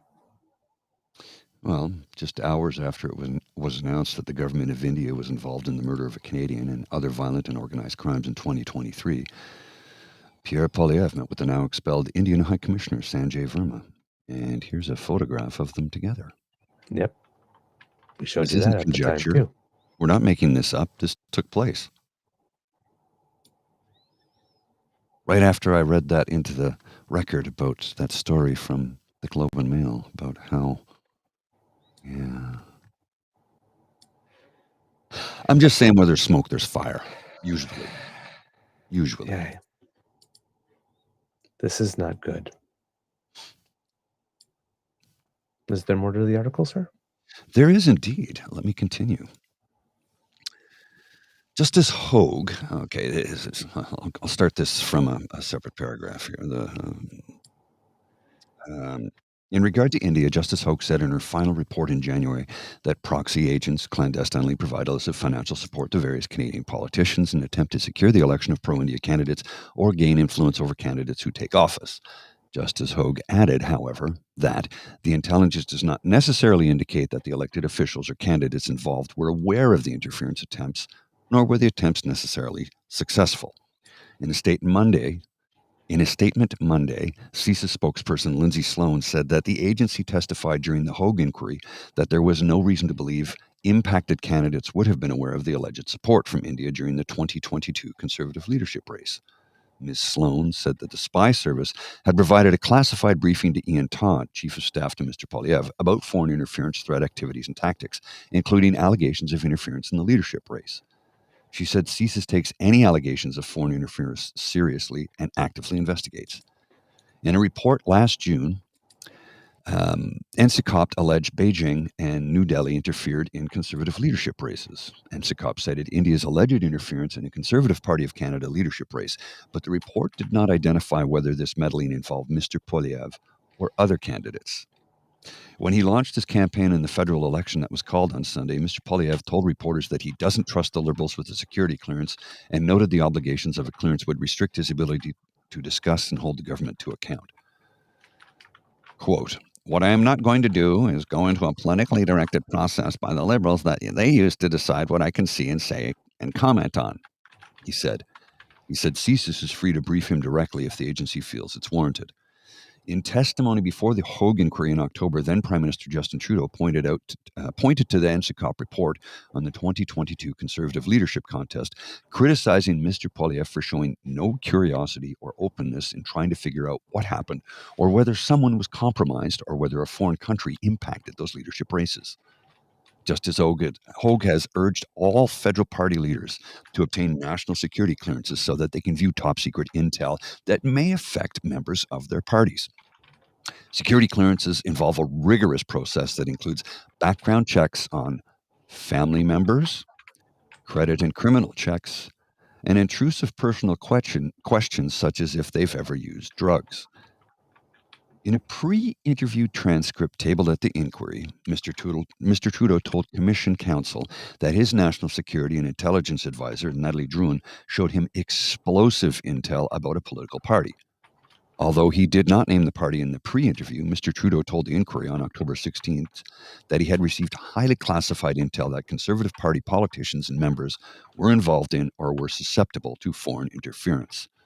Mr. Trudeau later acknowledged under questioning from the Conservative Party's lawyer that he had received secret intel about Liberals and members of other political parties who were also allegedly compromised by or engaged in foreign interference.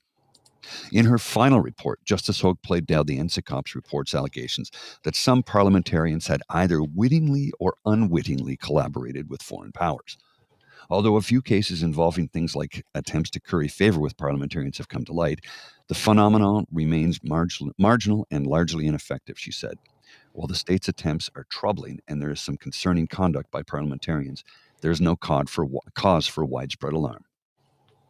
On Monday, members of the Security Intelligent Threats to Elections, SITE is what they're known as, task force, set up to monitor foreign interference during elections and leadership contests, promised weekly briefings on foreign meddling during the 37-day federal election campaign. Vanessa Lloyd, Deputy Director of Operations at CSIS and Chair of the SITE Task Force, said security agencies are keeping a close eye on interference activities, particularly by China, India, but also Pakistan and Iran. We have also seen the government of India has the intent and capability to interfere in Canadian communities and democratic processes to assert its geopolitical influence, she said. Canadian and Canada-based proxies, as well as contacts in their network, are increasingly relied on to conduct Government of India foreign interference activities. Indo-Canadian relations went into a deep freeze in September 2023, when Mr. Trudeau accused agents of India and their proxies of being behind the slaying of Canadian Sikh activist Hardeep Singh Nijjar. On Thanksgiving last fall, RCMP Commissioner Mike Duham linked Indian government officials to homicides, extortions, and coercion committed on Canadian soil. That day, Ottawa expelled 6 Indian diplomats, including High Commissioner Sanjay Kumar Verma. India staunchly denied the allegations and expelled 6 Canadian diplomats, sending bilateral relations into an even deeper freeze. Draw your own conclusions from that one, folks. And for those who are wondering, because we talked about SITE, the Security and Intelligence Threats to Elections Task Force was created in 2019 as part of the plan to protect Canada's democracy, a whole-of-government and whole-of-society approach to safeguard Canada's elections and democratic institutions against interference. So one of those many things that Pierre Poilièvre Trudeau said, that when Pierre Poilièvre keeps on saying that the Liberals did nothing to help protect Canada, this is one of the many nothings they did, allegedly. Right, NSICAP and Sarah, all these are Liberal Party creations here. The role of SITE Task Force is to safeguard Canadian federal elections from foreign interference by providing a clear point of engagement with the security and intelligence community for government partners engaged in related work, reviewing and focusing intelligence collection, assessment, and open source analysis related to foreign interference in Canada's democratic process in a coordinated manner, providing situational awareness for government partners, senior public servants, and other relevant partners, and promoting the use of intelligence assessment and open source information analysis in the protection of electoral processes through sharing with partners or when respective mandates permit, take action to mitigate that threat. And recently, you heard from SITE when they issued a public alert that there was some stuff going on with regard to Chrystia Freeland, trying to spread some false stories about her during the Liberal leadership race. So that it was SITE that put out that assessment. And now people are wondering, well, that'll just be Justin Trudeau's people. No. The members of SITE are the Canadian Security Intelligence Service, the Communications Security Establishment, Global Affairs Canada, the Royal Canadian Mounted Police. Okay. It's composition. It's and there's I believe there's 5 people on that committee. So, and I think 3 of them are from the intelligence services, and then 2 are from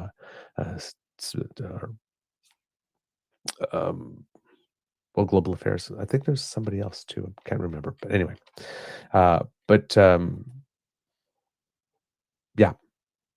So it's an important body. It's because what happened is that we wanted a body to exist to be able to tell us during an election, if need be, that there was something fishy going on, and we better not watch that information or take that information into account. That was not from the governing party or from any of the political parties. Well, this statement here on the screen from Mr. Jim: security clearance can be summed up by the simple question, and I added the word simple, sorry. Can you be blackmailed into giving up secrets? That's effectively what they're looking for. That's why I say if you have massive amounts of debt, you're not getting your clearance because you're open to be blackmailed. Yeah. Mr. Grizzly, we'll skip the Althea thing. Okay. Did you have it queued up?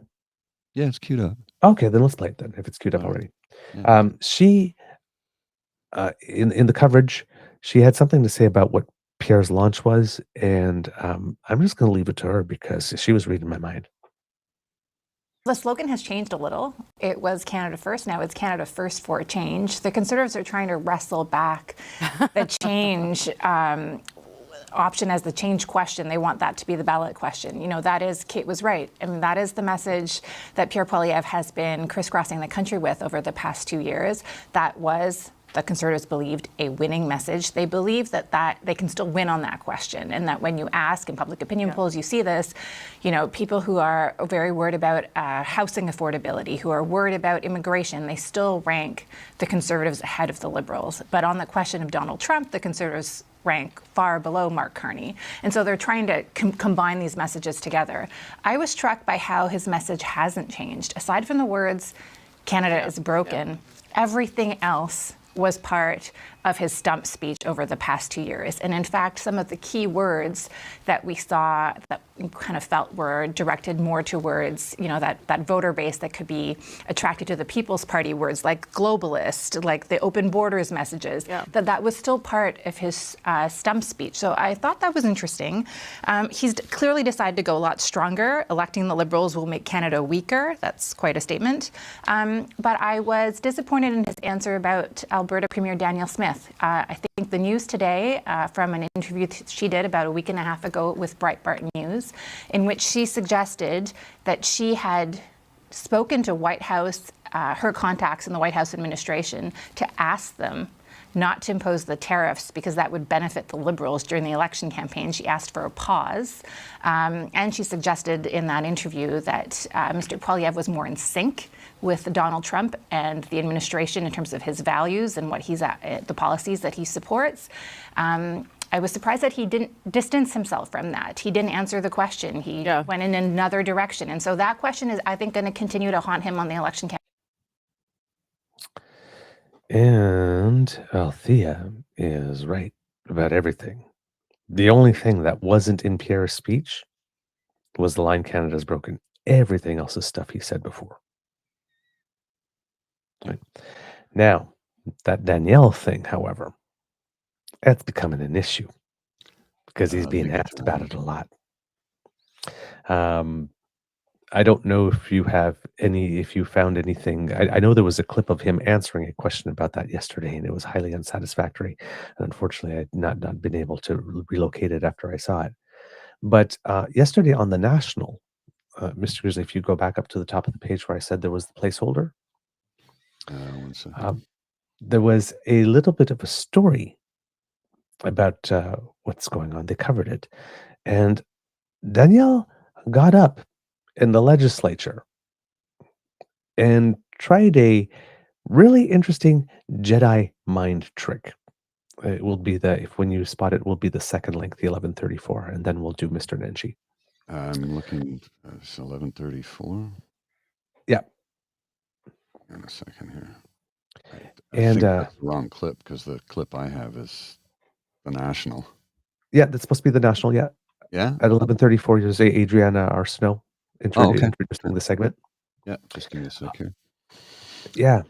Check what Danielle Smith says here.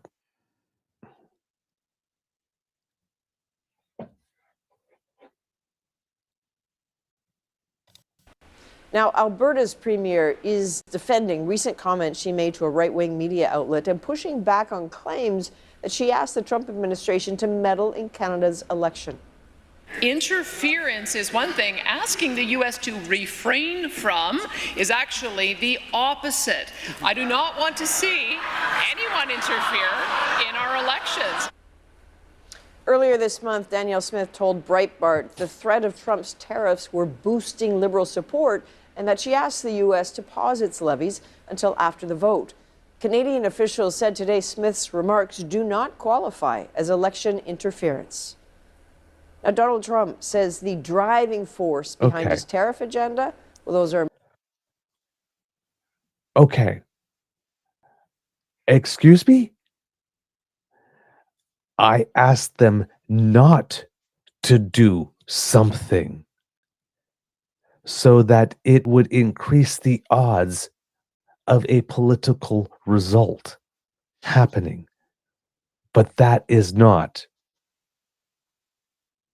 interference. That's the opposite of interference. No. Asking somebody to do or not do something, either for the purpose of achieving a political result, is seeking interference. All right. Now, it may not be, according to the ethics or whatever, at a level that's going to require sanction. But that is, you cannot go to somebody else and say, hey, don't do this because this could be bad for us. And say that that is not asking for interference.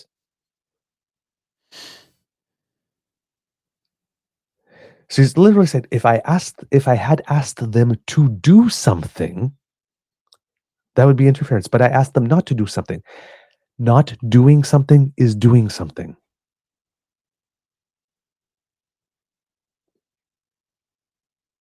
Yeah. Choosing to say nothing is saying something.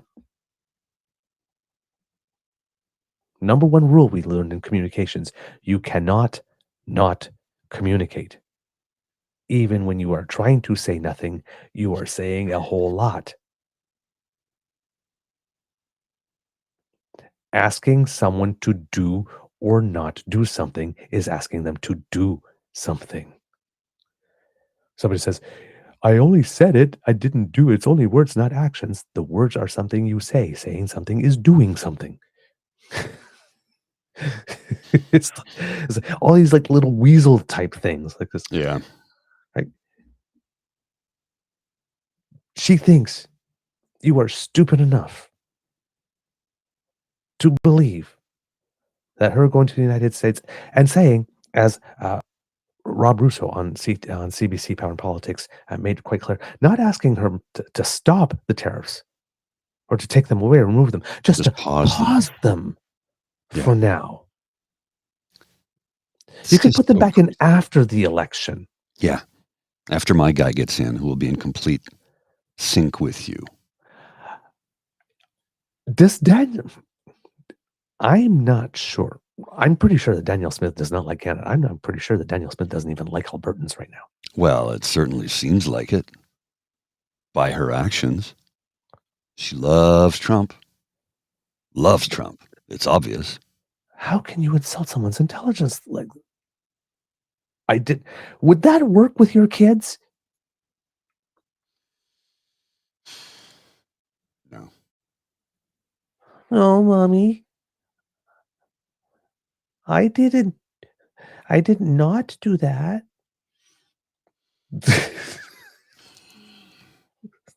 Oh my God.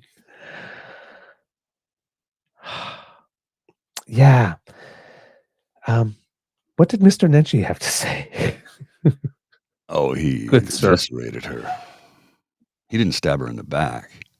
He gutted her in public, as it should have been. It was beauty. It was a thing of beauty. I don't have the clip, though, I don't think. It was the one on top. I think it's a small one. Oh, yeah, there it is. Yeah, I'm not sure if it's a full clip or just a segment of one, but I think it's a segment of one.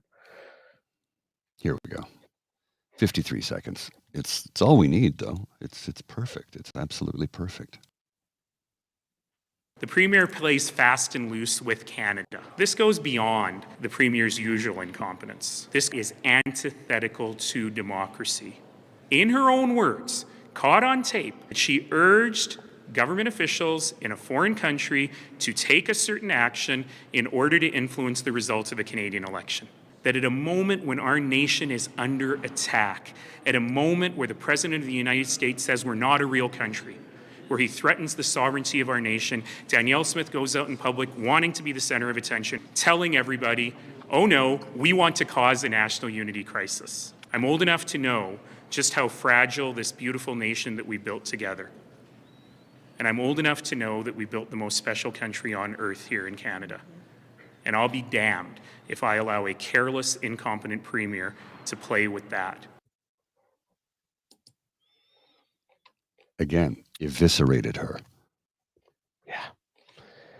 And then she kind of doubled down afterwards. But again, doing that fun with words type thing where she said, like, I reiterate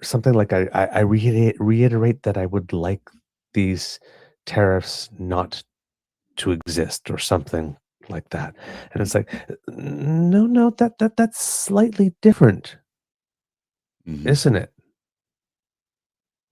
It was a subtle change in language, but it's not. But it's not the thing that she's saying now that she is hoping. I repeat that I would like to is not the thing that she said. No. On that call. Well, and let's address the statement from Lori Sue. I'm not trying to be trite or smug, yet Smith and Pierre Poilièvre truly seem a bit desperate and reaching right about now. They're trying too hard, backpedaling, outright lying, and their body language is audible. Well, about the body language, this is a comment from an episode from a few days ago. And this comment, it's short and sweet and to the point. And I'm just going to I'm not going to name the person who wrote it. I'm just going to read the comment in because it falls right in line with what Lori Sue is saying. And it says, on the piece about PP's changing nature, this may be more of my professional psychoanalytical therapeutic leaning, but he's clearly extremely uncomfortable in his body. When you watch Carney, you see a confident and capable presence. It's much easier to trust someone who seems comfy in his own skin. I've been watching Pierre Poilièvre over time, and age hasn't improved this. But in fact, it made it more pronounced. For a PM, this isn't good. Nothing against people figuring out themselves in the world, but at the level of leading a country, let alone a country through crisis, these details say so much. Right? Yep. And I found the direct quote. Oh, you did? Oh, from Danielle. Excellent. Now that an election has been called, I would reiterate my hope that the United States would refrain from placing tariffs on their closest ally. That's refrain. That when I read that, it's like would refrain, period. But that's not what she asked. No, it's not. She didn't ask that they refrain, and that they pause for now. She's trying to sell it as a virtue that she did this, like that phone call with Pawlowski. Yep. Too many coincidences are not coincidences. And Pierre's answers about what he thinks about what Danielle's done are not satisfactory. So he's already lost 2 days on the campaign answering questions about her. There are going to be a few more until he comes up with something better. Now, I'm just trying to figure out whether or not Danielle thought that she was trying to help Pierre by doing that, or whether or not she was trying to stab him in the front by doing that. Because maybe she too is interested in the federal race, seeming that her provincial career is about to be over soon. That AHS. Maybe she needs to recycle. Maybe she needs to throw herself once again into the great conservative recycling program. It's not like she hasn't benefited from it once, eh? Or twice. Twice, actually. Right? Because she was Wild Rose, and then she jumped, and then they lost. Then she did the radio thing, and then she jumped back in. And now we've got all these scandals and whatnot like this. So she's probably going to go away for a while at some point. And maybe she'd like to just try again federally, just like Jason did, right? He went away for a couple of months. It's like, dude, we can still smell you. We can still smell you. It's not your time yet, please. Bit of a narcissist. I'm sure you can hear the hammer drill. Yes. Yes. Sorry. It's construction nonsense. This is what I have to listen to all day. That's why I'm not been able to do any narration from home or try and do an ASMR with that shit going on. Yeah. Jeez. So, yeah, Jason is not, it's not your time yet, but hey, he's working for Post Media again now. Working again. You want to make your big debut come back, and you take a job working with the Americans who are poisoning the well with disinformation, misinformation. Well, yeah, that tracks. That tracks for Jason. Oh yes. Yeah. So yeah, not impressed. One last little thing, Mr. Grizzly. There's a little bonus there with regard to the security clearance. Some shots fired. Which clip do you want to hear? Oh, sorry. Again, sorry. Yeah, I had to send you back down after the PR section. Right at the end, there's a big thing that says bonus. Oh, right. that one. Okay, just give me a sec that one. here. Just give me a sec here. I got lots of things on the screen that I have to click. No, that's my fault. I sent you back up and down because Danielle sort of came in. So I figured since we had it, I'd slide that in. The house? They're right under Althea. Bonus right on top of Block B. It's a link. Oh, right. I think I have it up. Yeah. Yeah, I've got that up already. Yeah, I had that up and ready to go. Okay. I wasn't sure which one. That was what I was going to throw to, actually. Okay, well, there you go. We were reading each other's minds. But you're going into this one without the security clearance necessary to receive briefings on this. When should Canadians expect you to get that security clearance?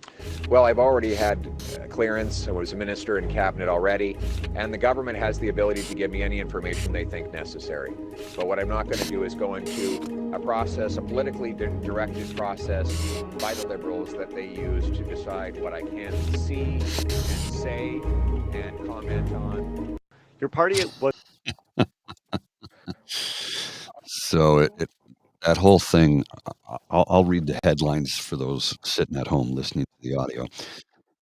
Because what was taking place was, as he was starting to answer, headlines from different sources were popping up. And the first one that pops up is from iPolitics on October 18th, 2024. Poilièvre's approach to national security is complete nonsense, says experts. The second one from Global News, January 31st, 2025. Turning down this information is a disservice to himself, his party, and ultimately Canadian voters. Jessica Davis, president of Insight Threat Intelligence and former official at Financial Transactions and Report Analysis Center, NCSIS. Serious players involved here making these statements. June 3rd, 2024, from CBC News, 2 specific instances where People's Republic of China officials allegedly interfered in the leadership races of the Conservative Party of Canada. That's from the NCCOP report. Yeah. And speaking of election interference, Canada and people who can be influenced, I do hope that if we are deciding to get rid of Pierre Poilièvre, we are also deciding to get rid of citizens of Durham, Jamil Javani, the vice president's personal Canadian couch cushion. Yeah. Right? Yeah, I mean, that riding, you could paint a rock blue and call it conservative when we get elected, but maybe people are waking up. Because again, people I've known who have voted conservative their entire life, in the last 2 elections voted NDP, because they absolutely would not cast a vote that would help the Liberal Party because they hated Trudeau. And I'm like, that's okay. You have your reasons. But thankfully you didn't vote for the party that calls itself conservative. These are lifelong conservatives who said there's no conservative party anymore. The party left me, I didn't leave it. That is the Reform Party under a new name. And we keep telling people, the only one saying it. Lots of people have been saying this because the Progressive Conservative Party of Canada has been dead for 22 years. It doesn't exist as a federal party. There's the Conservative Party of Canada and they call themselves social conservatives. What? That's awful Gileadian, don't you think? Just my take. Yeah. I know. How much endurance do you have, Mr. Grizzly? Well, I was going to make some coffee, so that would give me more endurance. All right. So what do you want to... well, because I'd like to go into Mr. Singh. Okay, I've got it ready to go. Before you do that, do you have any final impression? Like, this is everything Pierre. Mm-hmm. That's like happened since Friday. Right? Impressions? Because I'd really like to hear your take. Well, I'll give you a few things. First off, I want to read this statement from, it says, opinion for Doug Ford. Mark Carney will always be a better partner than Pierre Poilièvre.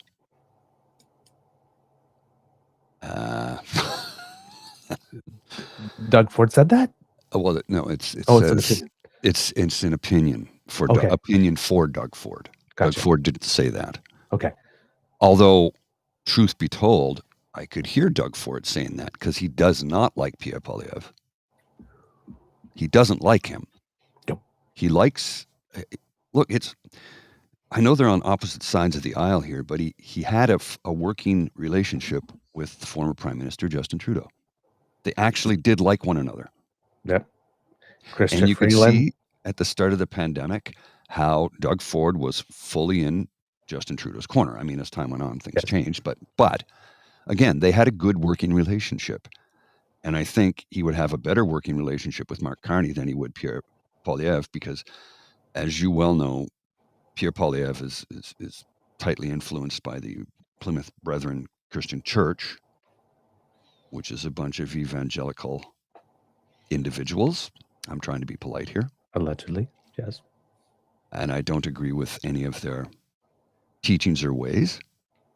There are many people who have podcasts who used to belong to that particular religious sect who have some rather negative things to say about them. We're not going to get into that, but let's just say Mark Carney would be more in line with the values that Doug Ford has than Pierre Poilièvre. Doug Ford has actually been to Pride. Once. But he went. Yes. Yes. He did go once. He did go once. He did. Yep. That's saying something. Now, his brother never would, but Doug Ford did. Again, I don't like Doug Ford, but if you got to pick the lesser of two evils, I think he'd do more for Canadians to keep Canadian jobs here than anything else. Now, he would cut programs, he would cut social services. We know this. Pierre Poilièvre just promised a 15% tax cut. Did he? Well, let's just see. How would he do that? Okay, say goodbye to dental care, pharmacare, $10 a day daycare, the school lunch program, the child tax benefit. What else are you going to cut? Oh, that thing he calls a tax, the Canada Pension Plan. Well, you got 15% tax savings, but you're 10 times as much for everything else. Not 10%, 10 times. Yes. Well, Mr. Grizzly, this would be a great time to go get a coffee before we get to Mr. Singh, because you actually just gave me a perfect segue to talk about the dueling tax cuts. Okay, perfect. I'm going to go make some coffee. I'll be back. I have to make some. There's none left, so I'll be back in a couple minutes. All right. Kids and Cubs, it would appear that one of the things now, some people are framing it as Mark Carney went first with the tax cut. We don't really know, and it really doesn't matter, because Mr. Carney has been talking for a bit about, thinking about people, particularly younger Canadians, and how they need some specific help, and that there would be a tax cut of some kind, middle-class tax cut. And then Pierre Poilièvre also said that there would be a tax cut. And, well, I mean, with him, it's nothing but tax cuts, right? It's like cut the carbon tax, cut the capital gains tax, and now, cut to industrial carbon pricing and all that kind of stuff. But one of the things, and he wants to cut down payroll deductions and that type of stuff. But all of a sudden, when he did that big sort of Canada First rally rebranding type thing, there was a big, bold, beautiful, bring it home tax cut. And then, well, he announced it. And when he announced it, it was like 15% tax cut. And everyone said, ooh, ah, oh. And then Mark Carney announced his. Well, sorry, the other way. Mark Carney announced his, the 1% off the 15% rate that's paid for people that make between the basic allowable amount and around $57,000. And Pierre Poilièvre, and it's a big measure. I mean, it affects about 22.5 million people. So and there will be a cost to that, of course. And the cost of that is about $6 billion for the Liberal plan. And then Pierre came out with some details and he said it was going to be 15%. But it's not actually 15%. It's cutting the 15% rate by 15%, which actually ends up being about a 2.25% tax cut off the rate. So basically, Mark Carney says that he's going to drop the rate from 15 to 14% and says, I will drop it by 1%. Pierre Poilièvre is going to drop the rate from 15 to 12.75%, which is a drop of 2.25%, but says he's giving you a 15% cut. That's like him saying like the carbon tax is going up 23% when it's going up 3.7 cents. He's using regular number and percentages and then seeing which number is the more impressive and then using that and trying to trick you. So right now there are a lot of people around the country thinking, wow, Mark Carney's offering me a 1% tax cut and Pierre's offering me 15. I'm going to vote for Pierre. But he's not offering 15. He's offering 2.25 by 2027. Fully phased in by 2027, so it's not all going to come out once. Which also creates a situation where, for example, the Liberal government could institute that 1% tax cut and then decide the following year that they need to do another 1.25, and boom, you're in the exact same spot. We also have a tendency of certain conservative governments to promise tax cuts are coming and then getting elected and say, oh, we can't afford to do that right now. So we have to watch for that as well when it comes to this particular promise. But it would seem to me that if you are cutting taxes by 2.25%, a tax rate by 2.25%, but are selling it as a 15% cut, that might not be the entirely truth, the full truth, and nothing but the truth in the least confusing way delivery of that promise.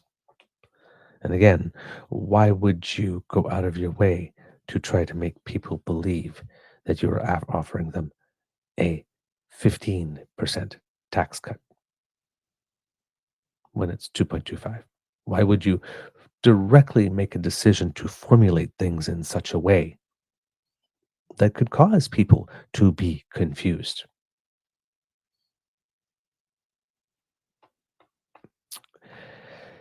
It goes to character. Goes to character. Now, people are commenting that it's a bold move for Liberals to be the first to go off to campaign on a tax cut because that's usually conservative territory. The conservative plan will cost about $14 billion. The Liberal one will cost about $6 billion. So right now, again, you might have the feeling that, well, gee, tax cuts, Pierre wins. But in this particular context, where we're talking about, we're going to need to build some stuff and we don't want to blow too much of the money. The tax cut, basically saying that you're going to take $14 billion out of the treasury right now, when you may have to be putting a whole bunch of money into programs to support people whose jobs and industries who might be affected if a tariff war actually does come to pass, seems like an interesting choice. So at this moment,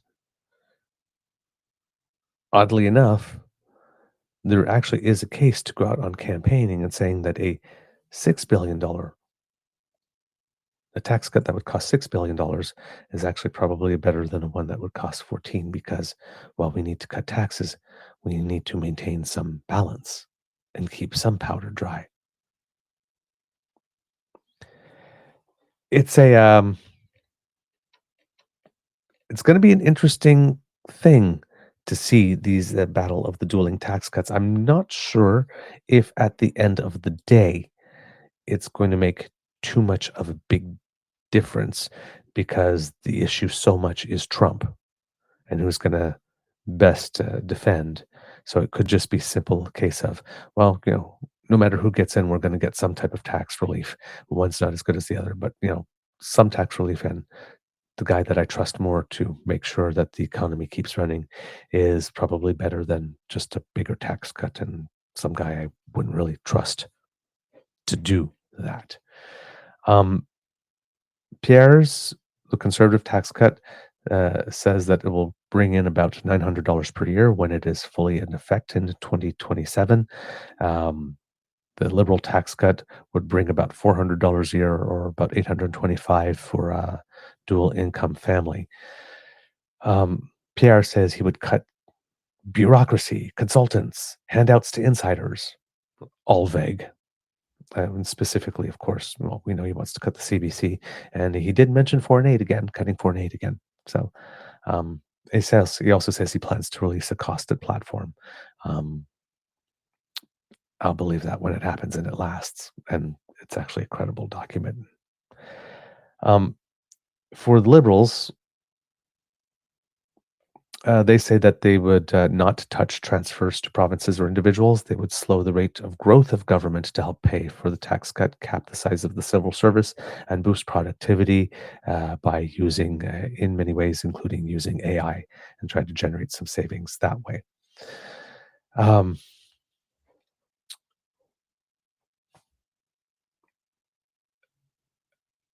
I'm just...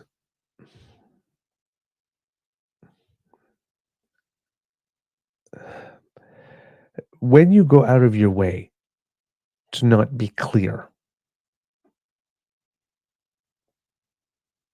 because again, you're saying something about the respect you have for the people whose vote you're asking.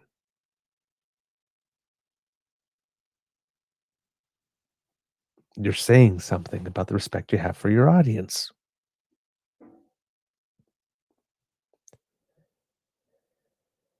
.25% is not 15. If you do the math, 15% of 15%, 15% of 15, you get 2.25.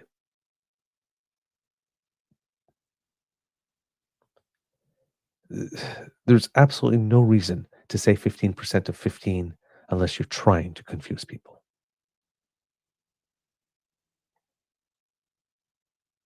I just don't. You got one guy that's telling you 1%, straightforward, this is what you get. Another guy named is break out a calculator to figure out how much your tax cut's going to be. Obfuscation and misdirection. Again, another man who's obsessed with size. But he's not like Trump. No. Well, Mark Carney is making an announcement in Halifax as we speak. Yes. Mark Carney's interesting. He started out in St. John's, Newfoundland, and then was in Gander. Now he's in, so I don't know if he's just going to do like 37 days, like just slowly crossing the country. He's going to have to, or something. I'm sure there's going to be some jumping around, but he's definitely starting out in Atlantic Canada. Pierre's spending the first 3 days in the GTA, which is really telling. Yes. And Yves-François Blanchet, of course, was in Quebec City because that's a little bit where if the Conservatives have any type of base in the province of Quebec, it's around the Quebec City area. So he's trying to make sure that he's kicking Poilièvre and the Nards down there. Well, it's according to Mark Carney from this speech, I just got a couple of points here I can read in. It says, our military is still underfunded. Shipbuilding is creating good-paying union jobs for Canadian workers. Right. He wants new submarines for the Navy. They want to modernize the recruitment process to fill positions in the armed forces. The Canadian Coast Guard has a new mandate and equipment. They're going to start using drones. And this is the one that I really like. Canadian companies and suppliers will be used. We're no longer sending money south. Yep. We're going back to the 1950s when it comes to armament for Canadians. Mark Carney is old enough to know the story of the Avro Arrow and what was done to this country and the brain drain that followed. I think we're seeing, in large part due to Trump's efforts, all of his tariff talk and all of his annexation talk and all how he wants to take over the world and how he's in favor and in bed with Putin and Russia. A lot of countries are arming up again and doing it collaboratively with one another, of course, throughout Europe, as we will as well, because it looks like the Gripen might be the next aircraft we buy. We will fulfill the first 16 of the 88 that we're supposed to buy of the F-35s. Most other countries are canceling their orders of the F-35 or reconsidering it altogether. And then, of course, F-47 said maybe we should make sure that we can upgrade them somehow or something like that. Yeah, he literally said that. Maybe not sell them the best stuff or something. Okay, way to kill your industry, buddy. Carney also said he wants to hit the 2% NATO target before 2030. Okay. I'm fine with that. I mean, we're closer now than we've ever been. We're at what, 1.91, I think it is? Or? No, 1.39. I think 1.39. No, I thought we were higher than that. Anyway, I know it's higher than when it was under Harper. We were zero. Yeah, we were just under 0.9 something under Harper, and this federal government has tripled spending, and brought us to about, I believe, the last number that we had is either 1.39 or 1.43 or something. Okay, I can't remember, but either way, we got a little ways to go. But it's only a little ways, really. Yeah. Yeah. And I think we should meet that mandate. We've never met it ever. It's time we do, especially now that we're considering. Well, didn't Trump just boot the guy who's the head of NATO? He wants to kick him out. I can't remember the exact story. Somebody was telling me about. Pardon? Mark Rutte. Yeah, new Secretary General. He's being pulled out of NATO. Apparently, that's apparently Trump wants out of NATO altogether. Okay. I missed that, so I can't speak to that one. Sorry. I don't know if Trump wants to pull the American people out of the, or the actual Secretary General. The Secretary General. Okay. Used to be the leader of the Netherlands. Well, no, the head of NATO has always been an American general. Okay. Secretary General, the head of NATO. The general, not the Secretary General. Correct. The general. Okay. Yes, military general. Okay. It's always been an American, and Trump apparently wants to pull him out, which means he wants out of NATO so he can get closer to Russia. So we'll be collaborating with all the other NATO nations and trading with them. And remember, folks, there are 740 million people in Europe and 330 in the United States. Yep. And just numbers don't lie. Yeah. And interestingly, whoever is going to be the government that wants to do that got a little bit of an assist from the Bloc, because when Yves-François Blanchet was in the Quebec City, he was talking about a private member's bill that would force the federal government to prioritize domestic providers in federal government contracts. So they're going to get the support from whichever party goes ahead on that is going to get the support from the Bloc on that type of thing. To finish off the dueling tax cuts part, when getting these numbers, right, don't make it as simple as he's offering me the biggest tax cut. Remember, you got to step back and do the full picture. You got to sit there and you got to look at column A, all of the things that the promises are going to add to my income. And then column B, all the promises, because there are things that are going to have to be cut, that are now going to be downloaded onto me to cover. Then compare A and B. Don't just compare the tax cut. Look at the full impact and then make your decision. Right? It's only day 2. There's more to come.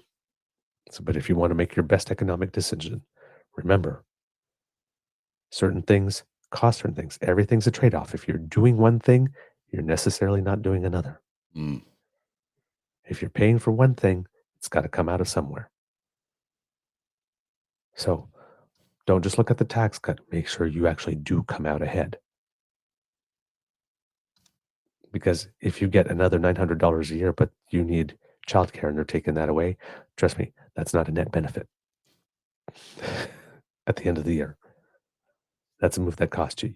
You traded something that has X number of $1,000 of value more for like $900. Not good, right? So make sure you do the entire math. All right, Mr. Singh.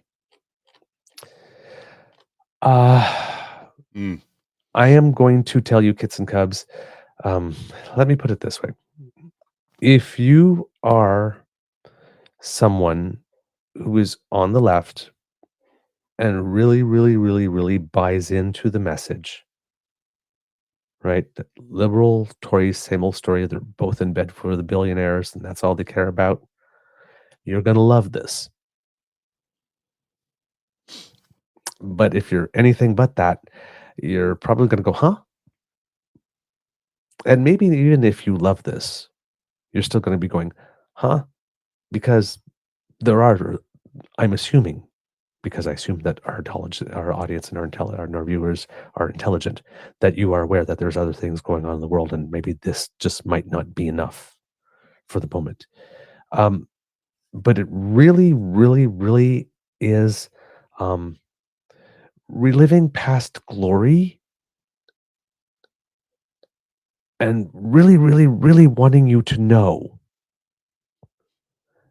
that Carney is absolutely his plan is to help the billionaires, and so is Pierre's, and they are the ones that won't. And there really isn't anything else. No. Sadly. Nothing. Let's go. In the promise of a country where if you worked hard, you can build a good life, where we look out for one another and no one gets left behind. That's who we are. That's what makes us Canadian. The things that we are most proud of as Canadians didn't just happen. They were not gifts from the powerful. New Democrats fought for them because you believe that if you get sick, you get care. So we fought for and won universal health care.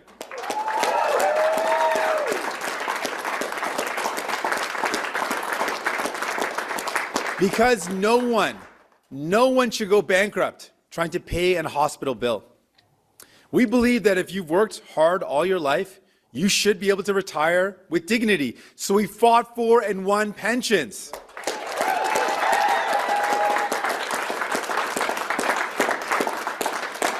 We believe that you have the right to join a union, so you can demand fairness and stand up to the boss. So we fought for those rights and we won.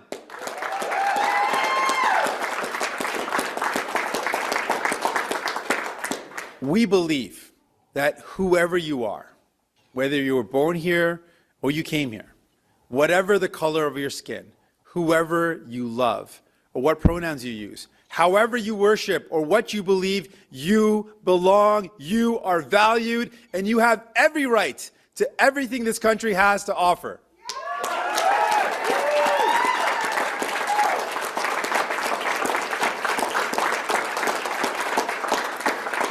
These are NDP values. These are Canadian values. That's the Canada I love, and that's the Canada worth fighting for.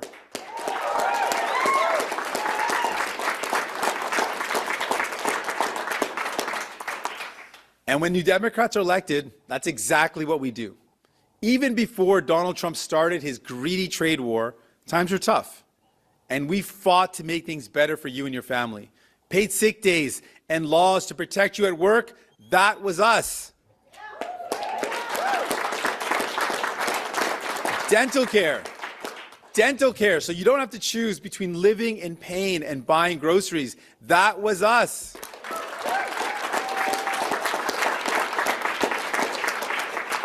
Pharmacare, so you can afford the medicine your doctor prescribes, that was us.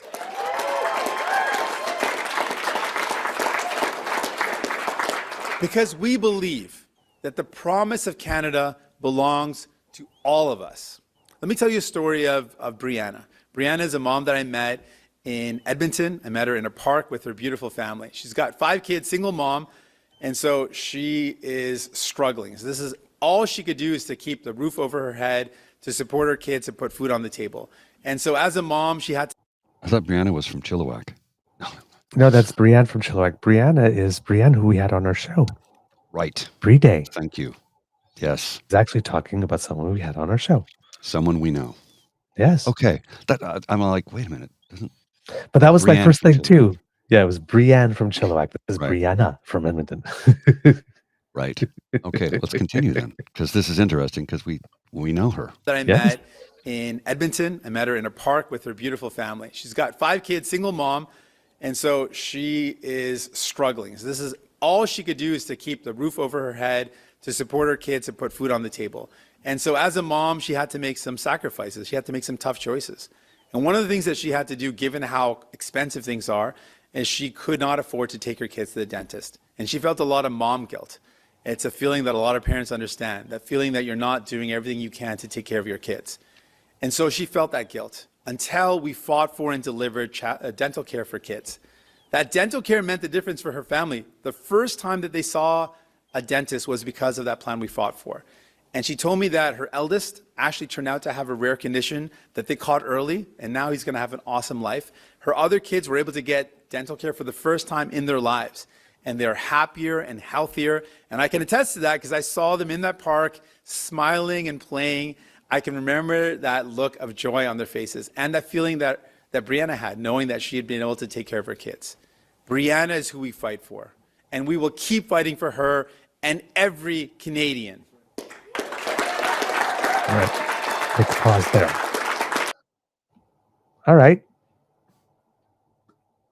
Very typical NDP fare relating to an actual case. A lot of past glory. I mean, there's only so. Listen, the NDP has a similar problem to the Republicans in the United States when the Republicans keep on saying we're the party of Lincoln. Yeah, that's a long time ago. Okay, yes, you're the party of healthcare, but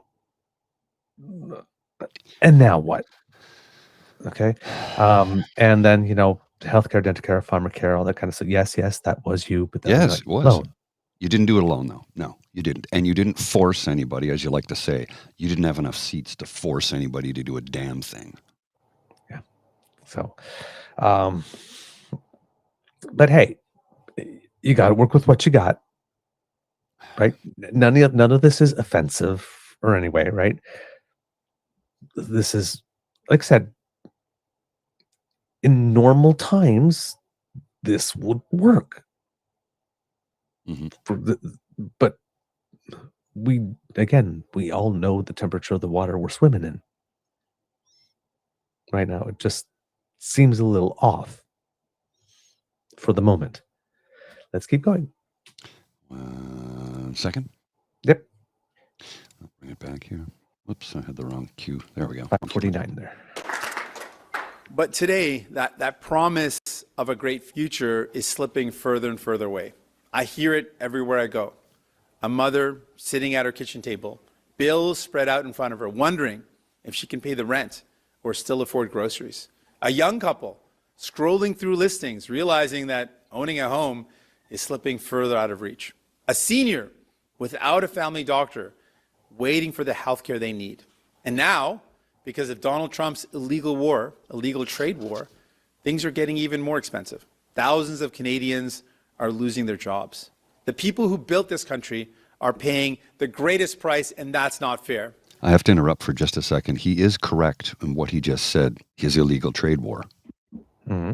It is illegal because it's in violation of the trade agreements he signed in 2018. That is true. It's absolutely true. And a lot of people seem to forget that. This trade war that Trump has created is in violation of an agreement. The best negotiated, some are saying the best negotiated deal ever signed.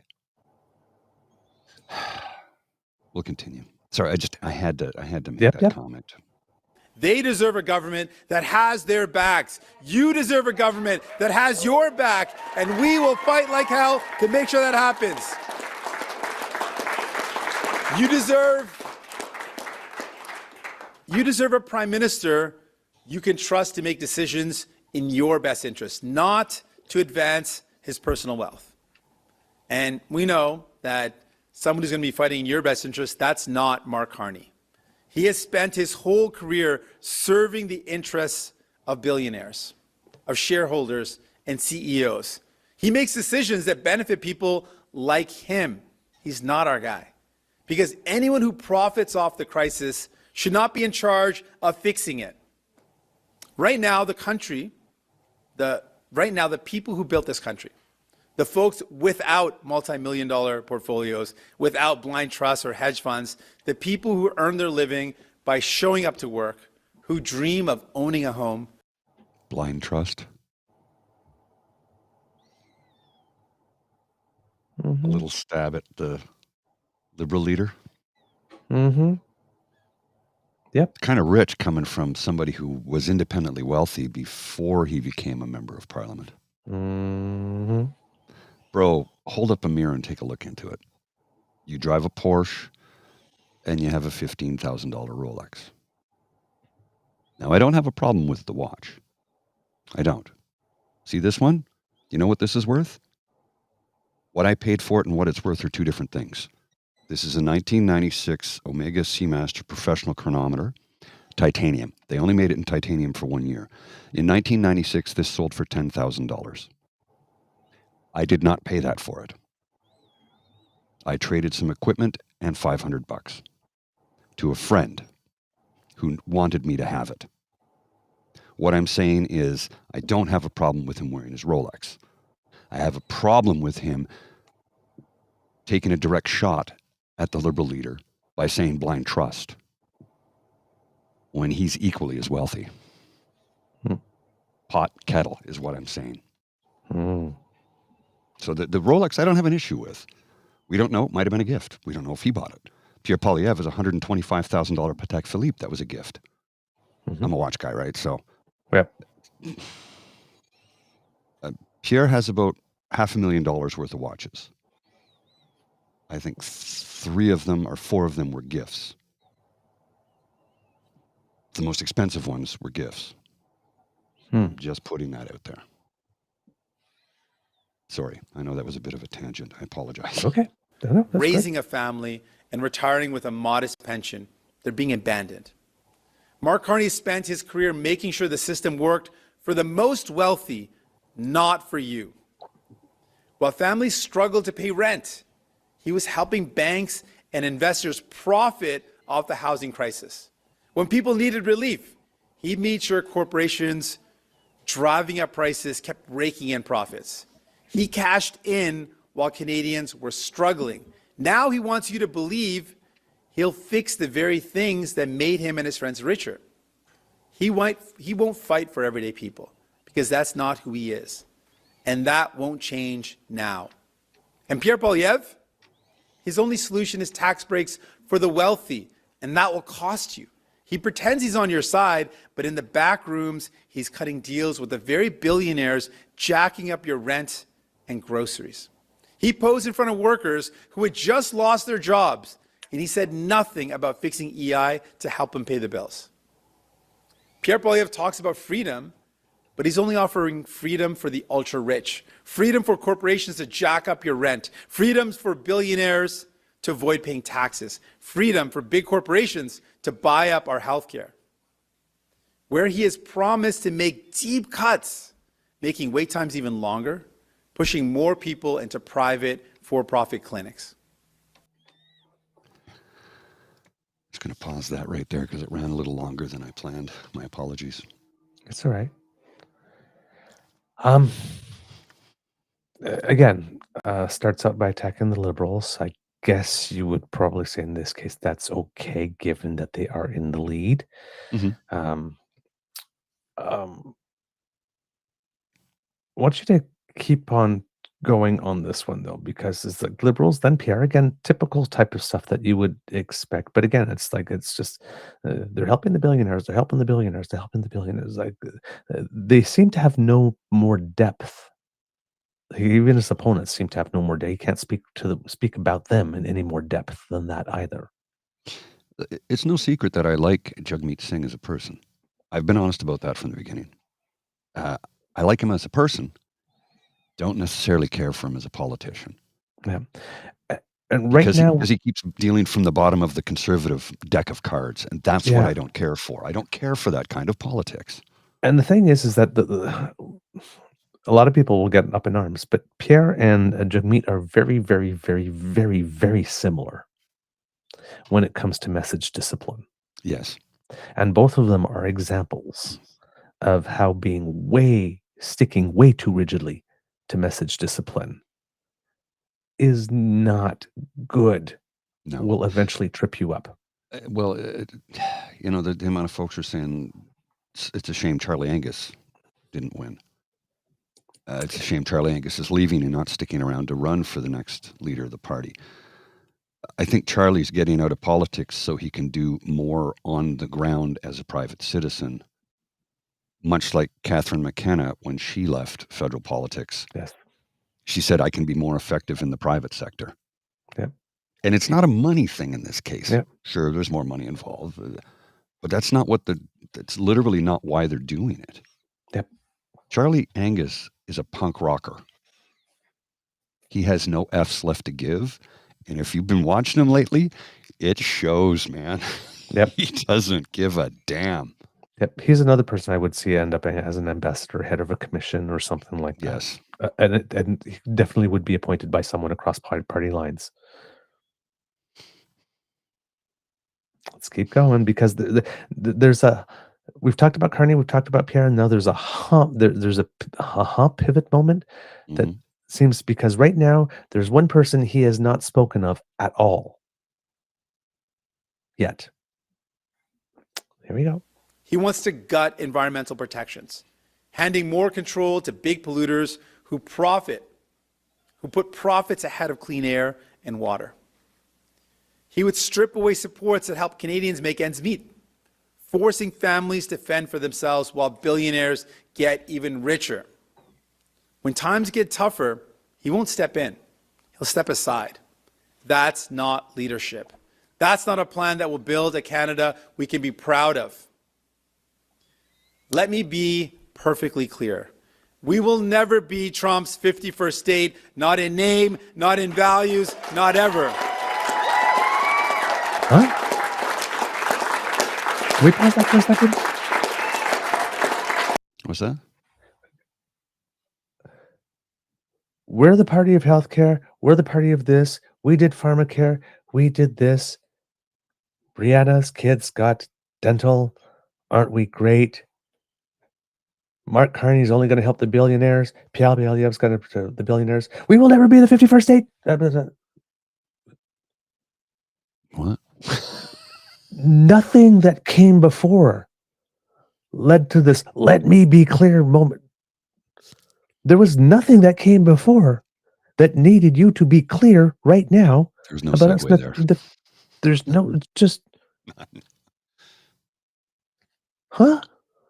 No segue there whatsoever. Carney will sell you out to the billionaires. Pierre will too. Therefore, I must be clear that we will never be the 51st state. Did I miss something? I actually, when I was watching that, I went back to the beginning and listened because I thought, Matrix? Well, no, I thought like maybe sometimes your mind wanders or whatnot like this, or, and I wasn't paying attention. I missed the reference to Trump or the USA or anything related to South up until that moment. Nothing, not a word, not a hint. Yeah.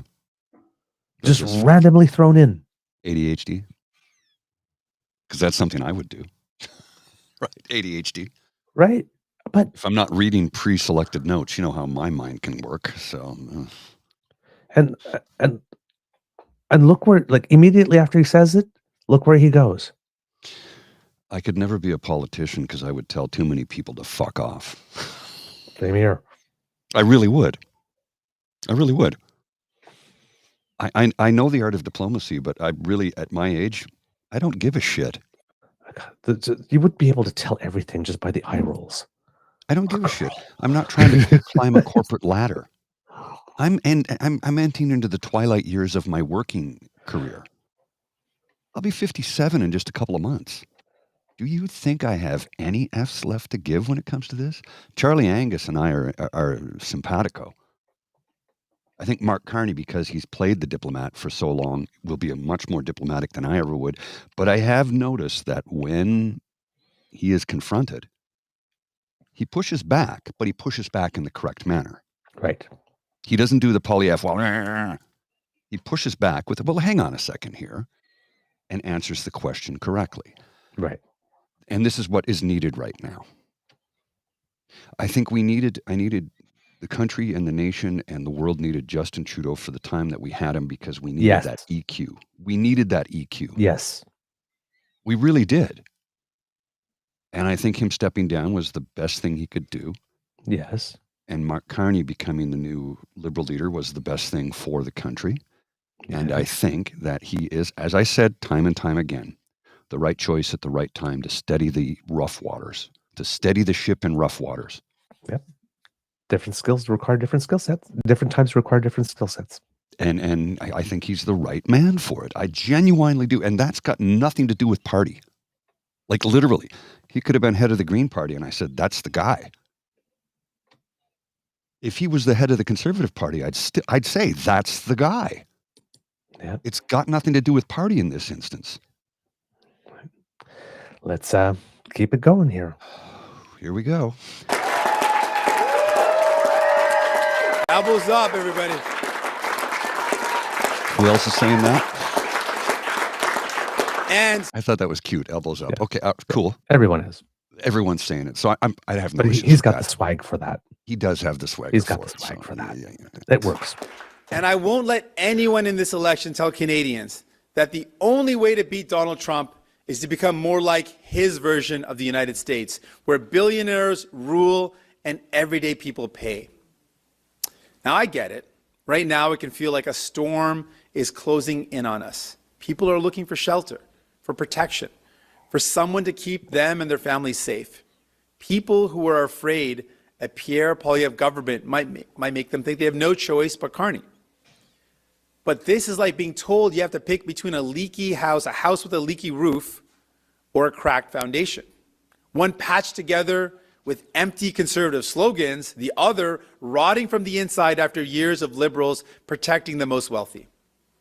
Now, those houses are not the same, but neither will hold up when the storm hits, because neither was built for you.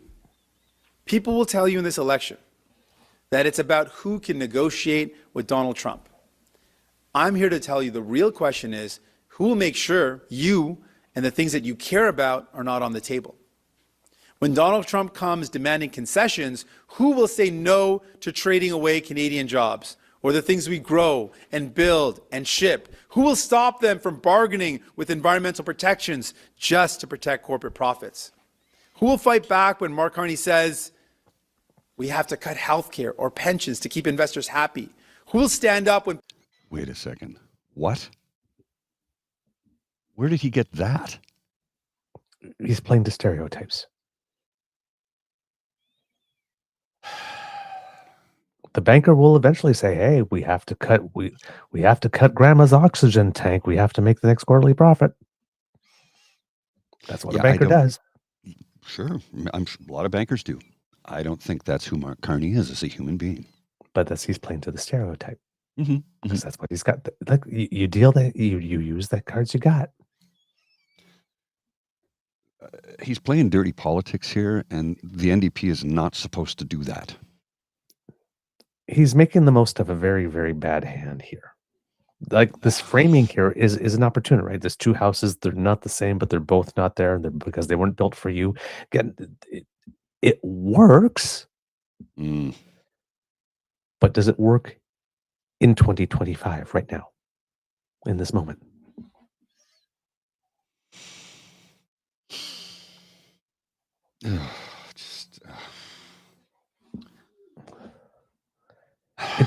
It's good for, like I said, it's an interesting narrative, right? This is not the subject. The subject is not who's going to be best. It's who's, make sure these things don't even get put on the table. Okay. Mm-hmm. I can go with that.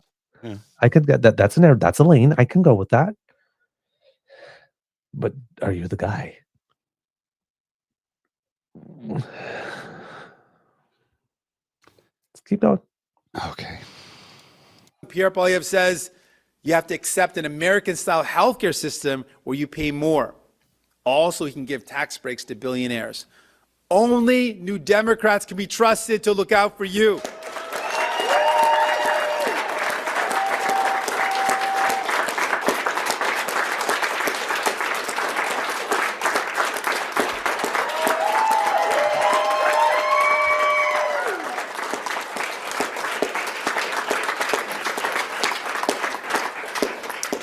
Donald Trump is showing us in real time what happens when billionaires and the people who work for them are in charge.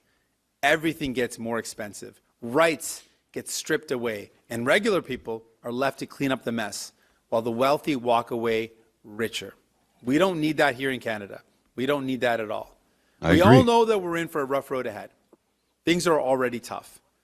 And at the end of the day, only New Democrats will fight to make sure you don't pay the price when things get harder. I'm running in this election to fight for you, not the billionaires. New Democrats have a strong and proud record of getting things done. When prices skyrocketed, we fought for relief. When people were laid off, we fought for jobs and better support. When corporate greed ran wild, we went after the billionaires like Galen Weston, Elon Musk, and Jeff Bezos. Because when families are struggling, when your job and livelihood is on the line, when prices are soaring, New Democrats choose you every time.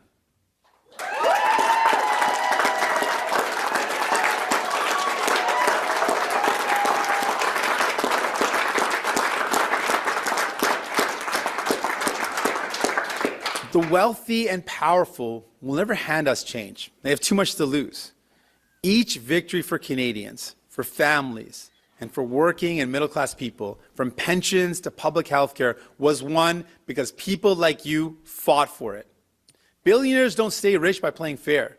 They don't wake up one morning and decide to stop gouging you at the grocery store. They don't just decide to lower your rent or to raise your wages. That only happens when we demand it, when we fight for it, and when we win. I'm not going to argue with anything he just said. Exactly. It's all true. Yes. Every word of it. Every word of it. Shall we continue, sir? Yep. Okay. I didn't know if we had a break set up there or not. That's all. Yep. Just waiting for him to move to the Q&A. He's near the end there. Okay. Yeah, I agree with everything he just said. I do. How's he going to go about changing it? And some of the things that he talks about are nonsensical in the sense that they're provincial matters. Mm-hmm. And he knows that. Healthcare is a provincial matter, funded at the federal level, but it's a provincial controlled matter. So unless you're going to attach strings to the monies that you give to the provinces for healthcare, you have very little say in it. Mm-hmm.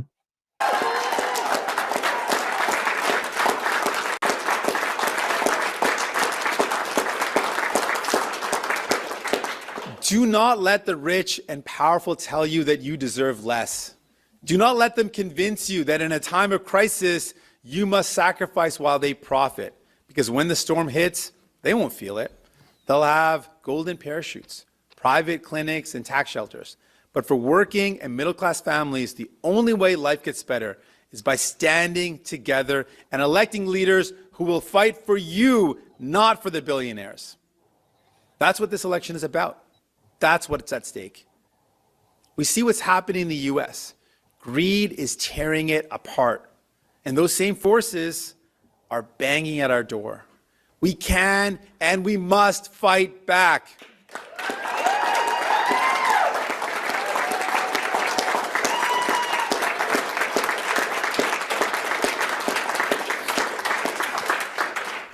We're not here to patch up a broken system for the next storm.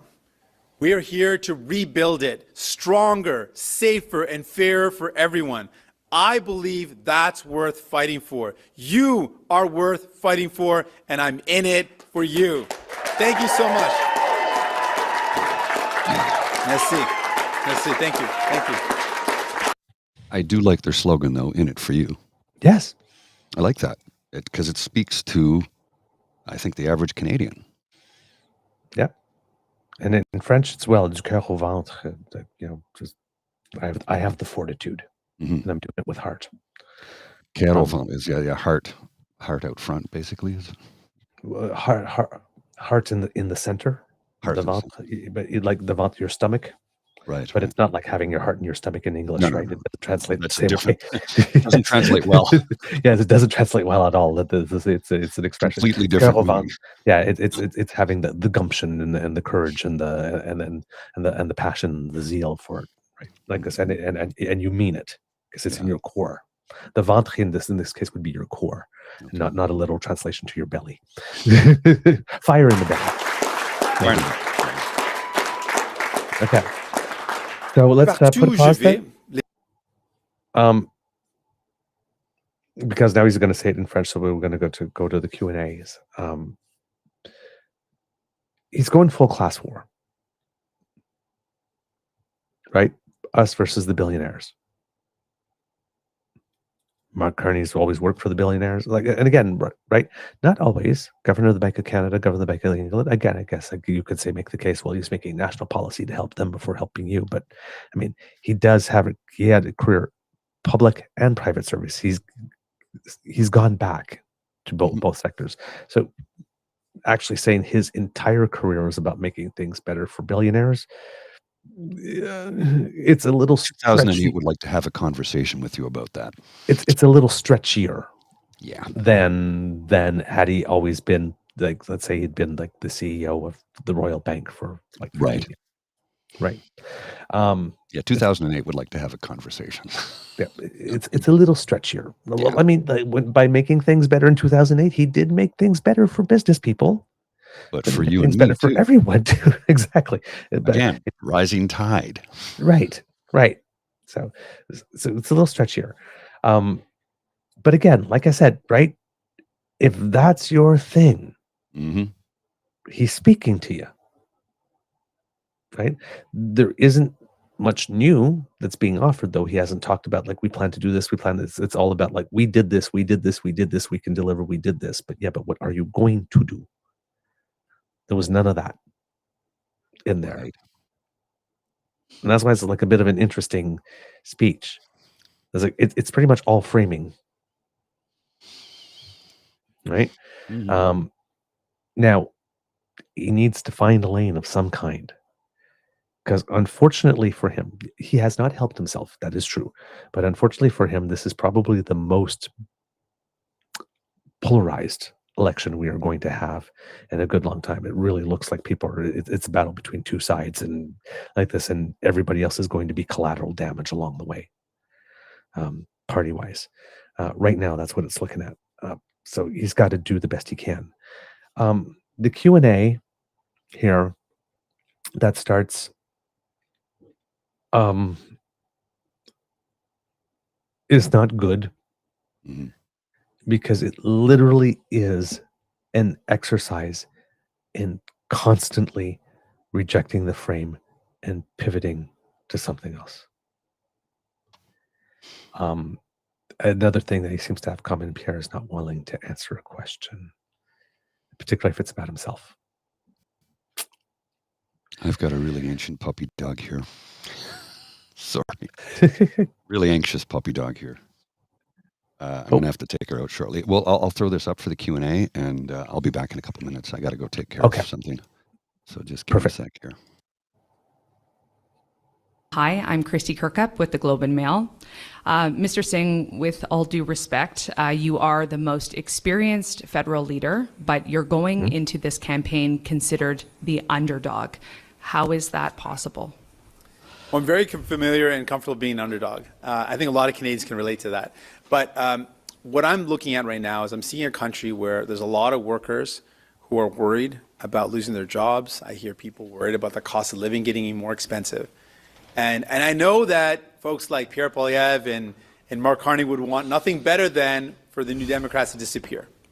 For us not to point out the fact that Mark Carney's first steps was to bring in a tax cut for millionaires at a time when he's promising also his plan is to cut services for people. And that Pierre Poilièvre shows up to a factory where workers had just lost their job. And he proposes a tax cut for big business and nothing for those workers who lost their job. I'm sure they would want nothing other than for us to disappear and not point out those things. But news to them, we're not going anywhere. We're here, and we're going to fight for people every single day. And just as a follow-up, if I may just drill down on you. Again, it's your third campaign. So why are you deserving of a job promotion going into an election campaign with such weakened support? Well, we've shown Canadians who were feeling really like a lot of struggle and worries that we can deliver for them. When people were saying that we can't afford to take care of our teeth, we delivered dental care.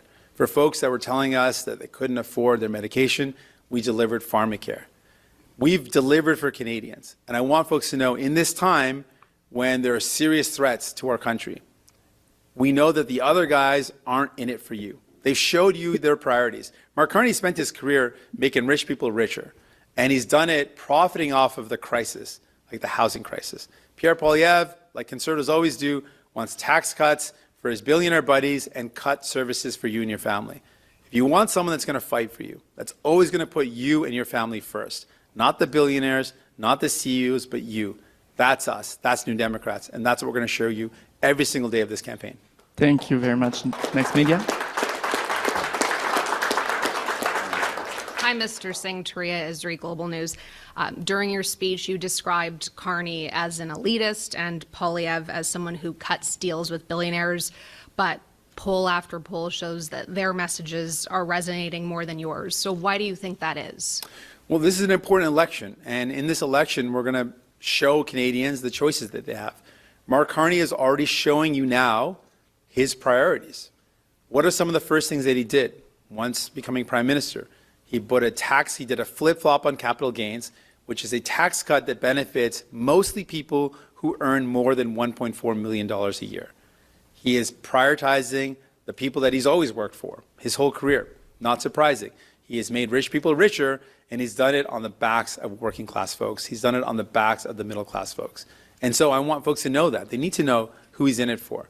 And Pierre Poilièvre, his plan is also one that's going to give tax breaks to billionaires and cut services for you. He's already said he's going to cut, his plan is to cut dental care. He wants to cut pensions. He's already put that plan forward. He wants to cut the things that you and your family need to give more to his billionaire buddies. We are different. We are proposing a plan. Our plan is to lower your bills, to take on the corporate grocery giants that jack up your prices, put in place a price cap on those food essentials, to ban corporations from buying up affordable homes. We are going to fight for you. Every day of this campaign, we're going to show you the choices that you have, and we're going to make it clear that New Democrats have your back and that we're in it for you.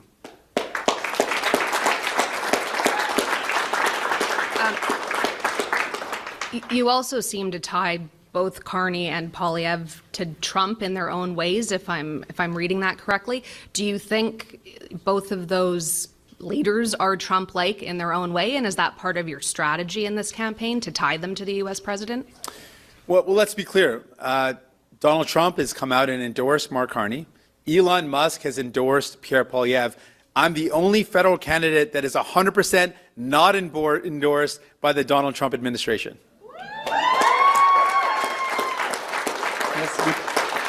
Merci beaucoup. Prochain média, Radio-Canada. En français, juste sur ça. Cela, oui. Je peux le faire encore en anglais parce que j'ai aimé dire ça. Non, ça va aller juste en français, on va le prendre, merci. Elon Musk has endorsed Pierre Poilièvre. Donald Trump has endorsed Mark Carney. I'm the only candidate 100% not endorsed by anyone in the Donald Trump administration. Et en français, parce que j'ai hâte de répéter ça, parce que c'est important pour les gens de savoir, Mark Carney a été appuyé par Donald Trump. Elon Musk a appuyé Pierre Poilièvre. Donc, je suis le seul candidat au niveau fédéral qui est 100% non appuyé par l'administration de Donald Trump.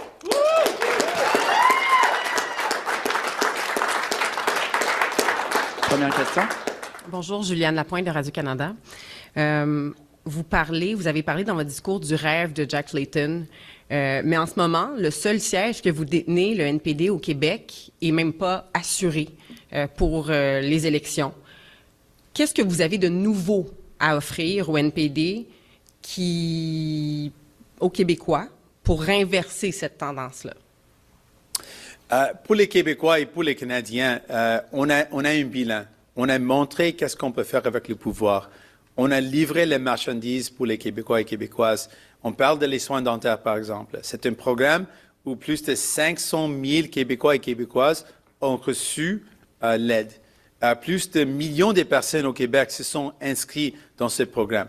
C'est un programme que les libéraux ont voté contre plusieurs fois. Ils ont résisté et on a forcé le gouvernement de le faire. Les conservateurs ont voté contre. Même le Bloc québécois a voté contre les soins dentaires. Même si c'est un programme qui aide beaucoup de Québécois et Québécoises se sont inscrits dans le programme, le Bloc a voté contre l'idée. Donc, le Bloc a montré qu'ils sont une partie inutile au Québec. Ils n'ont pas livré de l'aide aux gens. Et on a montré qu'on peut livrer l'aide. Et on l'a fait. Avec l'assurance médicaments aussi, on a livré la marchandise. On a montré avec un bilan clair qu'on peut pas seulement parler des enjeux, mais on peut réaliser les gains concrets pour les vies des gens.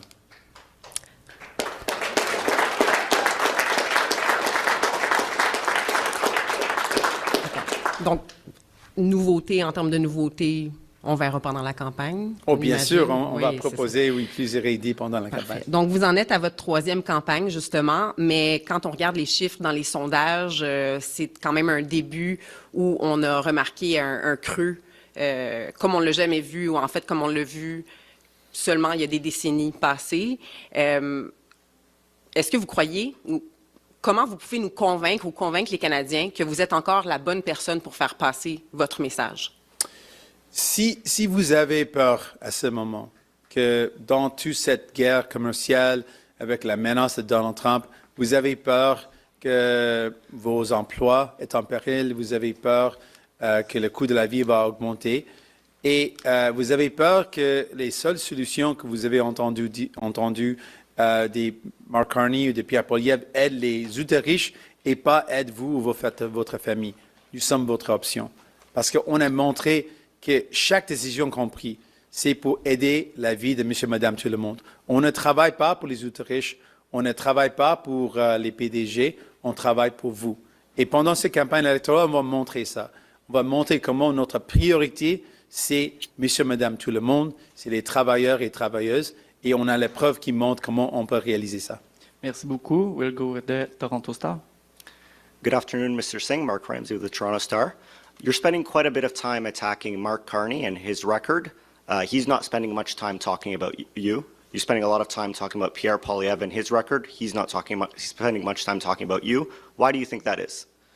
Well, I want these folks to know, I want Canadians to know what they're really about. And I'm sure Mark Carney and Pierre Poilièvre would love for me not to mention what they're really trying to do and what their plan is about.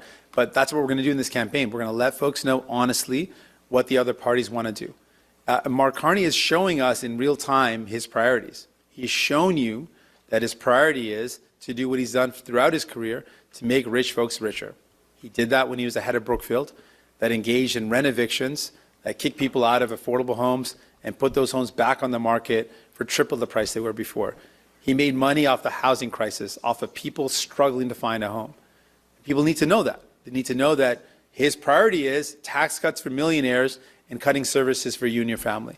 People need to also know that Pierre Poilièvre wants to do what conservatives always do.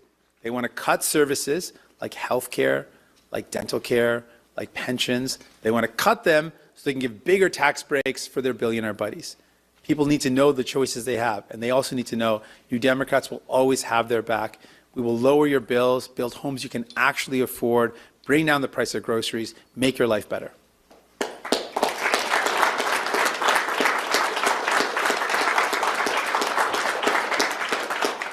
And if Canadians elect a minority conservative or liberal government in this election, would you commit to working with either of them, or is there one in particular you wouldn't want to work with? This is day one of the election campaign. I'm running to be Prime Minister of this country because I believe people deserve a Prime Minister that's going to work for them every single day. And that's what New Democrats do. We work for working people. We work for everyday families. And I think people deserve that. So that's what we're going to do. We'll worry about the results of the election afterwards. I'm running for Prime Minister because I believe in you and I choose you. Thank you very much. Le devoir.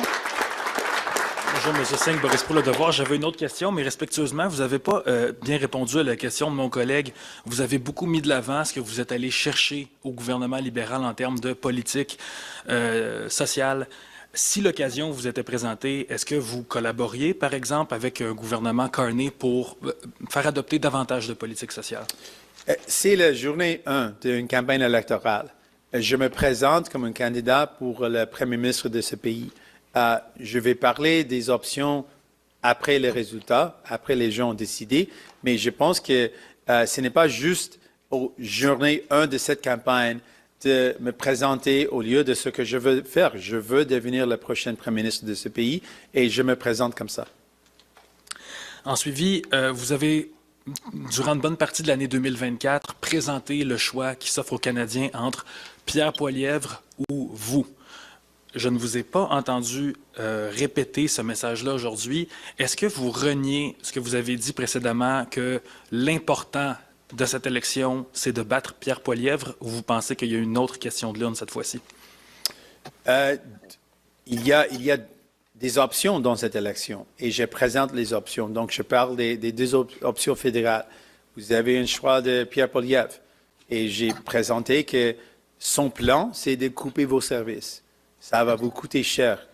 Il veut couper dans les soins de santé. Au Québec, les soins de santé, c'est le bordel. C'est une crise. Et il veut couper encore dans les soins de santé. C'est inacceptable. Et ça va coûter trop cher aux gens.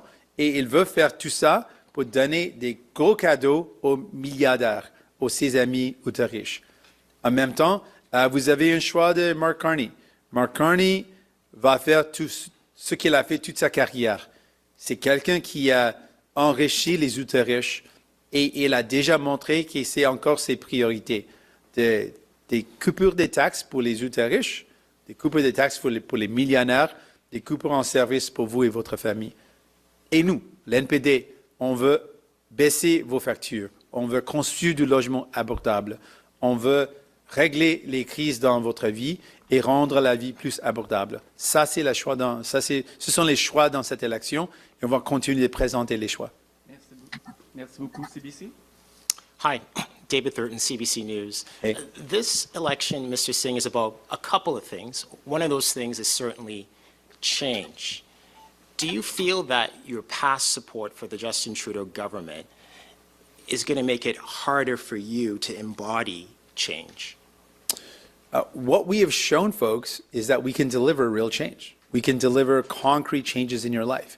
We have shown you that when we go out and campaign on dental care, we can deliver it. I think about this boy that I met in Parliament with his dad. He wanted to visit me and talk to me about his illness. He's a kid with type 2 diabetes, young kid living with an incurable disease. And though he's got to take injections and he's got to take medication just to stay alive, he told me that he was not worried about any of that. The injections, the medication, monitoring his blood sugar, none of that bothered him. He was worried that he was a burden on his dad. And I promised that kid that I was going to fight like hell to make sure he didn't have to worry about the cost of medication. And I kept my promise. We have now a pharmacare program. 3 provinces have signed up where diabetes medication and devices will be free. That's what we did. We made that happen. That was never going to happen with Liberals on their own. That was never going to happen without New Democrats forcing it to happen, making it happen. So we can deliver real things that make people's lives better. And I want you to know that when I promise to bring down prices, when I promise to take on corporate greed, when I promise to ban corporations from buying up affordable homes, you can trust me because I deliver.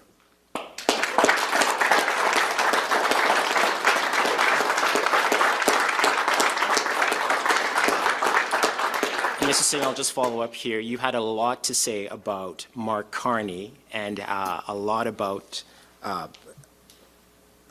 what he's done to cash in on this crisis, you said. What evidence do you have that Mark Carney has done anything unethical to take advantage of this crisis? Well, the fact that he headed up Brookfield, and Brookfield is a large corporate landlord in Canada that engaged in rent eviction. At a time when Canadians could not find affordable homes, he saw a way to make more profit for his company. And now I don't fault him for making profit for his company.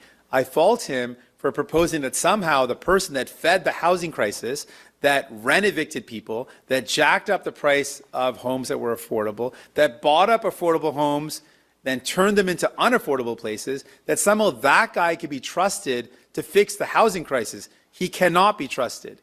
What he's going to do is what he's done his entire career, which is make more money for the super rich.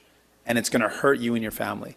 That's what people need to know. And I'm going to point that out every time I get. I'm also going to point out that Pierre Poilièvre is proposing to cut the things that you need at a time of uncertainty and fear and worry. He wants to cut healthcare, cut pensions, cut childcare. These are things that are going to cost you out of pocket. And he's doing all of that just to give bigger tax breaks to the richest, as conservatives always do. You deserve better than that. You deserve new Democrats who will bring down your bills, build homes you can afford, and make sure life is more affordable. Last questions, CTV. Hey, Rachel Aiello, CTV News. Have you had or did you try to have any conversations with Liberal leader Mark Carney since he won that election? No, we've not had any conversations. And so heading into this campaign, you're talking a lot about look at what the NDP were able to do in the last parliament. How are you going to cross the country trying to pitch Canadians on that message when you've got no assurances that your old dance partner's new leader wants to tango with you at all? Well, because I don't want to dance with them. I want to be the prime minister of this country. I want folks to know that we got things done and you can see that we delivered for you. Imagine if you elect more of us, how much more we can do for you. Imagine if you elect a new Democrat government, what we could do for you. That's what I want people to know. Thank you. This ends the press conference. En français, s'il vous plaît, Monsieur Singh. Sorry, I'm just going to jump in here because you never. Non, est-ce que vous voulez répéter, Monsieur Singh, en français? En français, oui, en français. Donc, c'est une question sur la danse. Je ne veux pas danser avec les autres chefs de parti. Je veux devenir Premier ministre pour livrer les marchandises pour les gens. On a eu l'occasion de livrer des changements qui a aidé la vie des gens dans un gouvernement minoritaire. Imaginez ce qu'on peut faire si on a un gouvernement néo-démocrate qui chaque jour travaille pour vous et votre famille. Qu'est-ce qu'on peut accomplir ensemble? Merci beaucoup. Thanks so much. This ends the press conference. Thank you very much. C'est ce qui termine notre conférence de presse. Merci beaucoup tout le monde. Well, sorry, apologies. It's cold and snowy out here right now. I hope you can hear me. That was an interesting Q&A session, if you ask me. My phone has gone all haywire for some reason. I don't know if Mr. Beaver is still there. Are you still there, sir? I think he's in the background, but I don't know if he's going to pop up or not. Yeah, he's trying to pop into the conversation here. So, yeah, apologies for that. There you are. There you are. There you go. I think you're muted. Yeah, you're good. Yeah, I had to plug in there for a little bit during there. Mr. Grizzly, I think we have a show because I only have a couple of seconds left. So I will do the extra, and then we'll go back on Jagmeet Singh tomorrow when we start. Sounds good. Okay. So kids and cubs, as you noticed, an exercise in rejecting the frame on almost everything. All these golden opportunities to talk about himself that he passed on instead and chose to talk about the others. The questions in French, asking him, if he's going to bring anything new. He didn't really have anything new. What he had specifically for Quebec, given that Quebec was not even a given for them because they only have one seat and that was not a given. He had nothing there for them, saying something new. There'll be some new stuff over the course of the campaign, but he had nothing to say. There's no plan, no announceables, no presentations. It was literally all framing. And not really engaging with the questions, passing on all opportunities to talk about himself, to turn these situations into positives. And just talking about the other guys, they're billionaires, will work for you, they won't. And that was pretty much all he had to offer, unfortunately. Kids and cubs, that's the end of this episode of the Daily Beaver Morning Show. We hope that you love listening to us because we love making this for you. Remember, sharing is caring and word of mouth is priceless, so please tell your peeps and poops all about us. We really appreciate it when you do.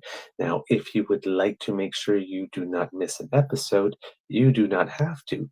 thanks to the Ray Girl who sponsors our pod page, podpage.com/the-true-north-eager-beaver with the hyphen between each one of those words.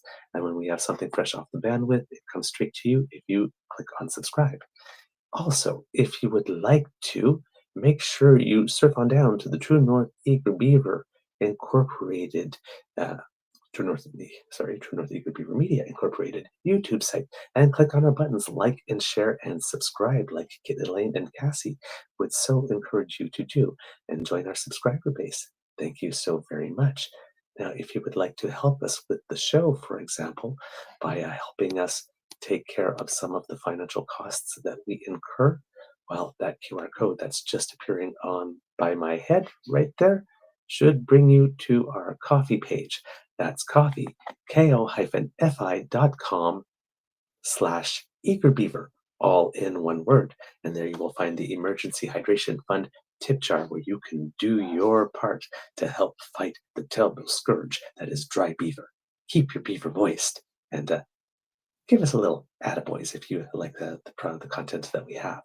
And if you are not able to contribute financially, please do not worry at all, because the gifts of your participation and attention are the ones that matter most to us. And we want to hear from you. truenortheagerbeaver@gmail.com is our email address. That's also where you can send a direct transfer if you want to avoid the CE bros and just have a 100% Canadian transaction. But that's where we want to hear your comments. truenortheagerbeaver@gmail.com. Also at True Eager on Blue Sky or on Twitter. And of course, our original home on Facebook, True North Eager Beaver. And if you're listening here on YouTube, well, leave us a comment down here in the chat, right? We'd love to hear from you. We can't answer everyone, but we do read everything. Because democracy is something that you do, just get involved here with the election, find out more about your candidates. If there's still some opportunity to vote at a polling station, to volunteer at a polling station, maybe that would be a good idea to get that experience. It's something everybody should do at least once. So everybody, there's lots of stuff, ways to get involved. Please do. Democracy is not a spectator sport. Words of wisdom, they're going to have to come from me today. I can't believe that actually my battery lasted this long, because we're over 3 hours. So yay, battery. Normally it peters up before that. But yeah, always keep your batteries up, eh? And thank you so much for this patience for this longer show. We wanted to make sure that we got both leaders in, and tomorrow hopefully we'll talk a little bit about the Bloc and the Greens so that we're not forgetting about them, and give them their time as well, and then get more into the actual campaign. But we wanted to make sure that we got all the initial presentations so that you know what you're dealing with here. All right, I think that's everything for me, kits and cups. So it could be a tough world out there. Please be kind to and gentle with yourselves.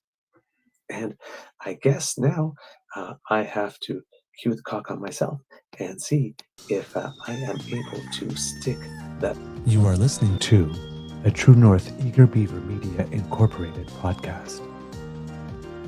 The True North Eager Beaver podcasts are proudly brought to you by our founding sponsors. The Misfit Mysteries from Corvid Moon Publishing, your source for science fiction, fantasy, and cozy mysteries featuring a broad diversity of characters. CanadianTarot.com, their uniquely Canadian online eclectic tarot community.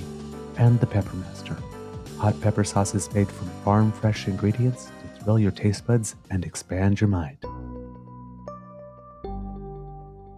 We are grateful to the Crier Media Network for its support, Pete Jarvis for our artwork, and Paul Joseph Something for our opening and closing sequence music.